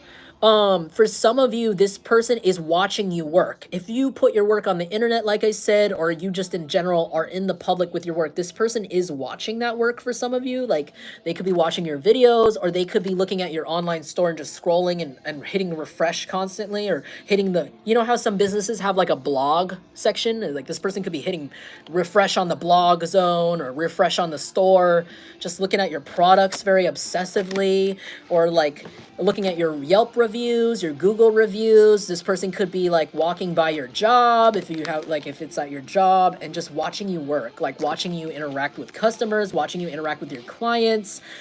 This person likes to watch this for some reason. I'm getting a really conflicted feeling here. I feel like this person could be, okay, so whoever this is, this person has an infatuation for you. This could be another person. This could be separate from that earth sign slash fire sign earlier. This is like another person here. Like this other person could have short hair like this, or like long, or like if this is a guy, they could have like shoulder length hair like this, or like even the girl. I'm seeing someone with like a flapper haircut, you know, like the Great Gatsby. I don't know why I'm seeing the Great Gatsby and like Daisy's hair, where it's like, I don't know what her hair was like. I don't know what her hair was like in that movie, because I've seen like 3 versions of it in school, but it's like, you know what I'm saying, where they like, it's so pretty. I think it's so pretty, the flapper haircut, where they like, I saw this lady do it on YouTube once, where it's like, where she like puts the curlers in it, and then she pulls them out, and then they gel it, and then it's like a short bob cut, but it's like wavy, and the waves are like pressed in with gel. And it looks really cool. And then they wear a little hat, and then they wear the little dress, you know? It could be like somebody with like a haircut like that, where they like gel down their curves. Or somebody who has baby hairs, somebody could like gel their baby hairs down. I think that's really cute. I think that's hella fine when girls do the baby hair thing. Sorry. Side note. Like they could gel down their baby hair for some of you. This person is infatuated with you. This person could be, I think this person might be separate from whoever that other person is. This person could be younger than you, low-key. Just because this is a page or a knight here. This person watches you obsessively at your job. They like how you work. I heard somebody really likes how your ass looks at your job. This person could watch you from like the parking lot, or they could like walk into your office, or like, I don't know, watch you on your break, like on your lunch, and they like watching your ass walk by. I don't sorry, that was really random. Or their chest. They like your chest. They like how it looks. Who is this Joker? 2 of Pentacles. Oh. Boo! This is an ex. Never mind. Or this is somebody that juggled you in the past. 2 of Pentacles. And then this is someone you had a false start with. This doesn't have to be romantic. I don't see a lot of water here. A lot of pain. Swords. Truth. This person's in pain. That's why they're watching you hella hard. They juggled you in the past, or like maybe you were like talking to this person, or was about to talk to this person, or this person tried to talk to you, but then you found out that they had another partner or something, and then there was like it just didn't start. It just flopped. It went fucking died. The ship crashed. The ship crashed with this person. In whatever way that means for you. This could even be a former employer. This could be like an air sign or earth sign former employer who really dropped the ball with you. They could have fired you with 10 of Swords. Wrongfully fired you for some of you, or let you go. And this person's obsessed with watching you because you look really good. You look really attractive. And this boss could have had like a secret crush on you, but you didn't know. This boss, if this is like a boss at like an old job of yours, this person could have like treated you kind of strangely. Like they could have been really awkward or quiet towards you. Like they talked to everyone else, but then to you, they were just like turn around, like they just don't talk. They're awkward. It was because this person low-key found you kind of attractive, like sexually attractive, and I think it was like weird for them because they're like your boss, and they could have had like a family or something like this. I don't think this person has romantic feelings. I don't see this as romantic, especially on your side. I don't think you find this person attractive. I'm gonna be really honest. Not to be mean. I don't think you find them that attractive. Whoever this former boss is, if this is a former boss, this person is watching you really deeply because they know they're kind of obsessed with the fact that they know they can never rehire you. They can never ever have a chance to ask you to work for them. You could have been like the best employee this place ever had, but it's like you're leaving or you left and they're just like sitting in the back in the dust, like in your dust. You fucking farted at them, you fucking kicked rocks at them as you blew away really fast, and it's like they're just like in this cloud, in your cloud, like in your absence, in your dotted outline, and they're just trying to function without you there at this company or at whatever this place is. They're like not functioning at all. They're doing really bad without you. They're doing horribly. Actually, I think they're about to go out of business really soon. I don't think you see this person as a trustworthy person, I'll be real. Whoever this former employer is. Okay, what else is happening for the Jungle Collective before I check off here? Four of Wands. Okay, somebody wants to commit to you. Somebody has a contract for you. I don't know if it's this boss here. Ooh, 10 of Cups. 7 of Pentacles. This is something you've been waiting for a while. I think that, okay, if this isn't an employer and this is a lover, this is somebody finally bringing in some sort of like offer of commitment or something like more solid to you, or like a former crush or former like fling or something weird, false start. And this person thinks that, I mean, this is something that you really wanted. You wanted a commitment. You wanted like the full wish fulfillment. You wanted a family. 10 of Cups. And I think you waited a really long time with 7 of Pentacles. I think you're just like kind of impatient. You're like over it. You're over this shit died. You're done waiting. And I feel like this person wants to come back in and like see if you'd be down. And I don't know about that. I don't know how you guys feel about that. Depending on how serious the split, depending on how serious like this person was, I don't know how weird this person was. I guess that's just going to be like, I guess your guys' responses or reactions to this is going to be varying. Yeah, this person's watching you. These are both stalker cards from 2 different decks. These are both the Knight of Swords. This person is watching you very, very, very, very, very, very deeply on the internet. You see how he's looking at his scepter? I see that as a mirror. It's like they're looking in this phone very deeply.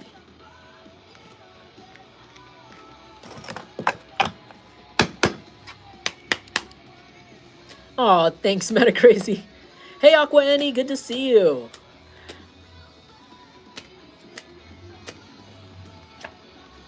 Six of Swords. You know what? I think this person's coming in and they're trying to give you this thing that you waited, I don't know, you waited for, you felt like you were kind of like waiting around for, because you're going to move away. You're leaving the situation. You're escaping the situation very quietly.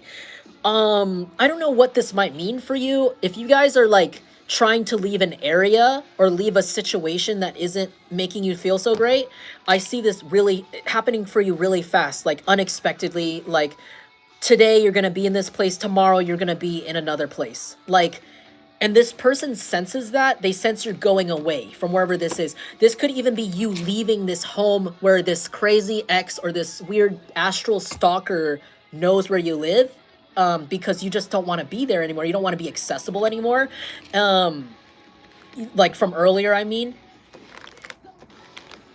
I feel like you're going to be, this is happening soon for you. Like, maybe some of you guys are going to, like, your business is going to need a bigger space. You're going to need, like, a storefront. And I see you guys completely, like, leaving town, leaving the city, leaving the area just to go and pursue this or put this stuff up.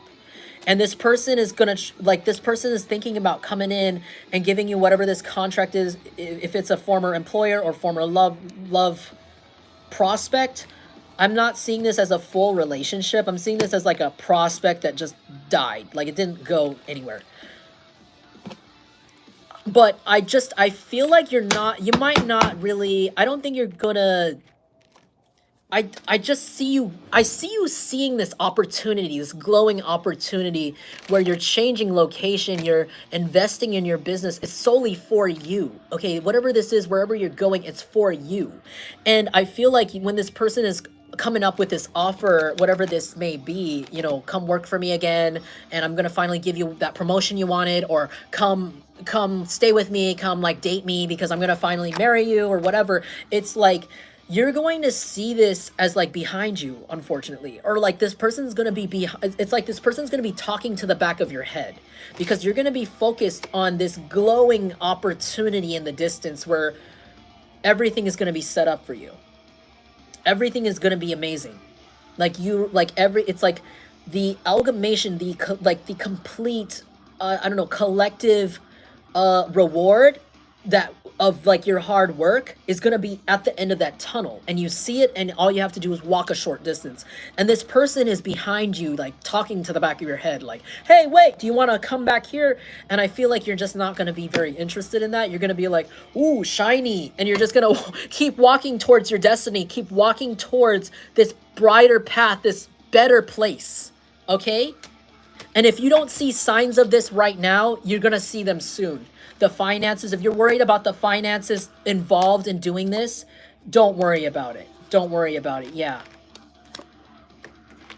As long as you stay away from, you know, these competitive, immature energies, because there might be still some immature enemies. I heard enemies. Oof. Some of you guys could have enemies in the area, immature enemies, or immature competition, quote unquote, like people who want to just compete with you for no reason.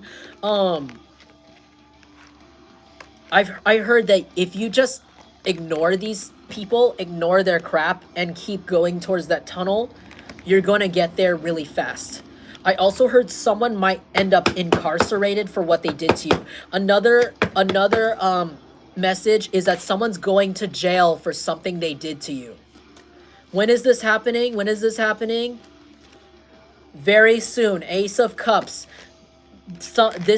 The fact that this person's going to jail or being locked up is going to bring you relief, and it's going to make you feel like you can start over again. I feel like you're going to feel safe once this person is in jail for some of you. And the Ace of Cups, it's like you're going to finally be able to start new for yourself. Like you're going to feel like a new person. You're going to feel very like before. There's something about whoever this person was before they went into jail or got spiritually locked up. There's something about how this could be a water sign for some of you, or a fire sign, or an air sign. Something about how this person was walking around free and made you really uncomfortable to start new, especially in love, or to start a new passion. It made you uncomfortable. It made you a little bit nervous, but there's something about how the fact that this person's going to be in jail and you might hear about it, it's going to make you really, really feel relieved. And it's going to happen really soon. This is a one-day card right here. So it might happen tomorrow for some of you. Like the police are looking for this person tomorrow. Or 1 month for some of you. It might happen in a month. Some of you guys might already have moved before you even find out this person goes to jail. But it might just be a little extra bonus and a little extra happiness energy on top of what you were dealing with. Yeah, 6 of Pentacles. Expect all of the work and all the love you gave out to people who didn't deserve it, or did deserve it, or or didn't really pay it back, or whatever. Expect that all to come back to you now. All right. Everything you invested into your business, everything that you put out, everything you gave to people, right? It's all coming back to you now, like all at once. And it's like blessing after blessing after blessing after blessing. And it all just kind of interlinks so that everything moves smoothly. Everything transitions smoothly. I don't think you're going to be turning your head back once. I don't think your head's going to make I don't think your shoulders are going to make that 180, or, you know, you're not going to turn around at these people at all. I don't see that happening here. I see you moving. Someone could literally be moving really soon. And I also see your finances being very stable, right in time for whatever this move is. This move could happen in 6 days. It could happen in the month of June. It can happen in a week. or 2 weeks. Three of Wands. Okay, I'm gonna finish it off there. Three of Wands. Moving, expanding, expanding. All right, confirmation. I'm gonna end it there because that's all we needed to know, right? Yeah, these people are gonna be kissing your farts, eating the rocks you kick at their face. All right, they're not gonna be able to even see your face. Okay, you're just gonna, you're done. You're zooming out there.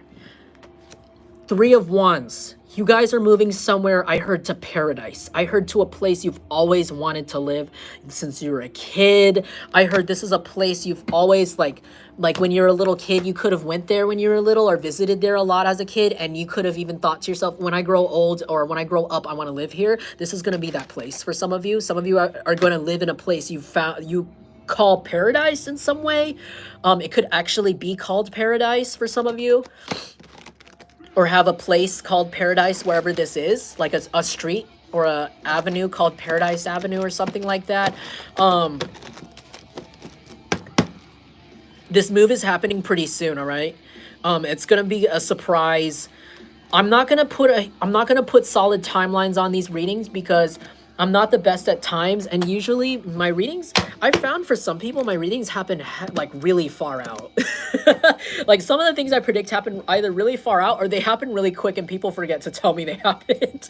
So I keep it on, but like basically after you've watched this reading, this is what I'm reading for. Yeah, Nine of Pentacles.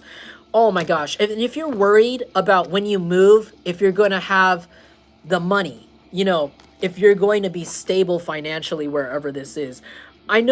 I just feel like this is happening really soon. This has to be happening really soon. I could taste it. Okay, this is like soon for you guys. Like I'm seeing the door crack open. Like you're at the door, it's cracked open already. You don't even need to turn the knob.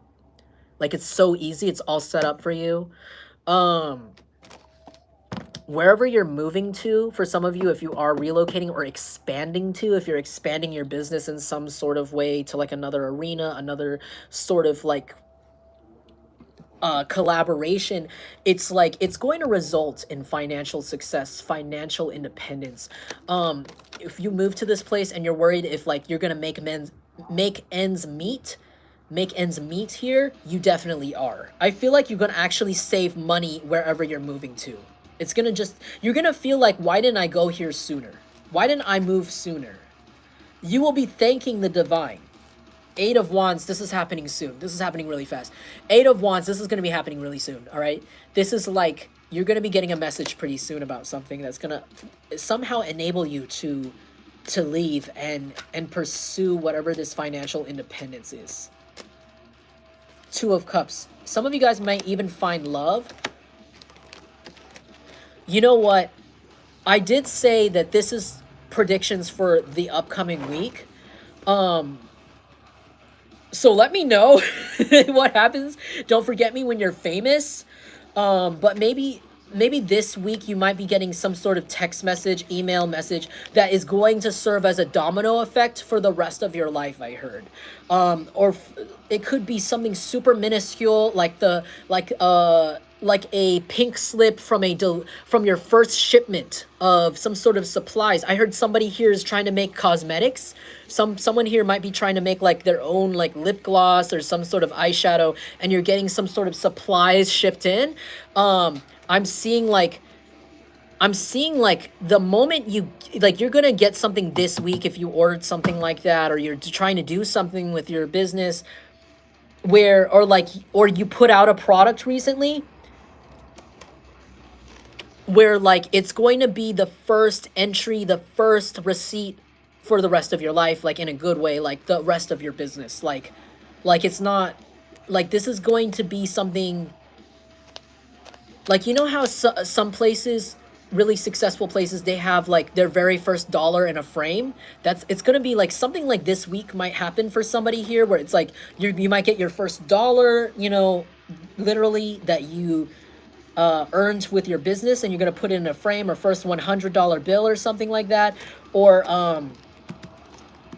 something. It might even be that you buy a plane ticket. Somebody here might even buy a plane ticket, and that's the first domino effect thing, that first trigger moment that just sets off the rest of your timeline. like a quantum leap. Like it's like this weird, this little trigger moment this week. Something. You might not even notice it. You might not even realize it. It might even just feel so normal to you. It might even just be a receipt for like some sort of different type of food that you buy at the not the restaurant, at the grocery store for the first time, some sort of vegetable you've never cooked with, and it ends up, you have no idea, it ends up leading to this, to this, to this, to this. It could have nothing to do with what you're doing, or it could have everything to do with it. Sorry, that's not that clear. But either way, it's like, expect things to move really fast for you with the Three of Wands. Like, you're going to become a very big fish very soon. You're going to become very big in whatever pond you're in, and you're going to be moved out to the ocean right in time. You're not going to outgrow this pond any longer. Somebody might also be getting a message from like one of their crushes, or like if you're single, expect somebody to give you some sort of message of love or some sort of offer. I don't see it as bad. I see it as innocent, honestly. I feel like multiple people want to date you right now. If you are single, people are really talking about it, thinking of ways to flirt with you, especially if you're new to the area or if you just don't go outside very often. If you are married, I feel like somebody, or you have a partner, I feel like somebody's partner might surprise them or in some way with something they really like, or somebody might like give you a message about like, maybe like, you know, somebody here could be planning a wedding, and you know, you're gonna get a message about something to do with the arrangement, or something nice. I feel like you're getting a surprising message about something nice, and it's gonna be something kind of usually expensive, but I feel like you're gonna be relieved by this message because it's not gonna break the bank. So it's something really nice, possibly, but it's something you don't have to pay for, or you don't have to really worry about the bank account. Like, so there's gonna be a hookup somehow. Yeah, Six of Cups. This could be somebody from your past, or somebody you had a childhood with, or somebody you knew a long time. Like, they might come in with some sort of message, or they have like they might offer to pay for something for you just because, or they might have the extra something. Like, you're starting a restaurant and your old friend randomly is like, hey, I'm selling this old grill, like this restaurant quality griddle, you know, at my home. And this could be you just buying it, and it ends up being like your favorite griddle. It ends up being like the powerhouse to your entire restaurant. You end up cooking like the most popular dishes on there. Like, it ends up setting off the rest of your legacy somehow. Like, it could be something like really crazy like that, really random. Seven of Cups, oof. Yeah, expect a lot of options this week, okay? A lot of options coming in. A lot of people want to talk to you. If you're looking for a job right now, this is a lot of people possibly like looking to hire you. You might have to choose between jobs, look at their schedules, look at their pay, and compare and contrast and see which one would better suit you for some of you. And this, other than that, it could be a lot of people wanting to date you if you are single. Six of Wands, okay? I'm going to finish off here. See, I'm sorry, I keep saying I'm going to finish off here. With the Six of Wands, I see you guys being really successful. I don't know, really successful in this week with whatever you're trying to do, especially if it has to do with business, if it has to do with work. I see that going really well. If this is like love, okay, if a lot of people are coming in with offers and you're worried about like, oh my God, but who do I choose? I feel like whatever choice you make in all these people, or whatever you choose to do, like maybe casually dates, or whatever move you choose to do with all these options and love, you're going to make the right choice. It's going to be very successful for you. Your intuition is strong, your intuition is clear, and you know exactly the right choice to make. If this is jobs, same thing. You're going to know exactly which job to choose. I feel like you guys at this point have gotten used to listening to what your gut is telling you and knowing exactly what it sounds like when the divine is telling you to do something. I feel like before, some of you could have hesitated before before practicing your intuition, before really letting, the universe show you, prove to you, hey, listen to our messages. Look at how on point it is. It's kind of like you guys have gotten to the point where you're becoming more decisive. You're knowing, you know what? All right, I don't know what to eat today. Hey, divine, or hey, so and so, what should I eat today? I feel like you could hear what to choose, and you go for it. You just, without, for some of you, just don't hesitate what the divine, you know, what the divine messages tell you, what your ancestors are telling you, you know, up in here, in here, telling you what to do. You're starting to listen to yourself more. You're starting to ask less questions of others, and you're starting to listen to this and this more, and this up here more. And that's resulting in a lot of success for you, and especially this week. It's okay to ask other people for their opinion, but I feel like the best answer for whatever you need to know, whatever decision you need to make, it comes from up here, here, and up there. All right. And it's because everything is divinely guided. So if you supposedly make the wrong choice, it was divinely guided for you to make that choice anyways, either through karma or either because this is all supposed to lead somewhere. So whatever choice you make, it's like in a small way predetermined by the universe for like a lesson. But I don't see this as a bad choice. I see it as a very good choice. I see this as a fun choice.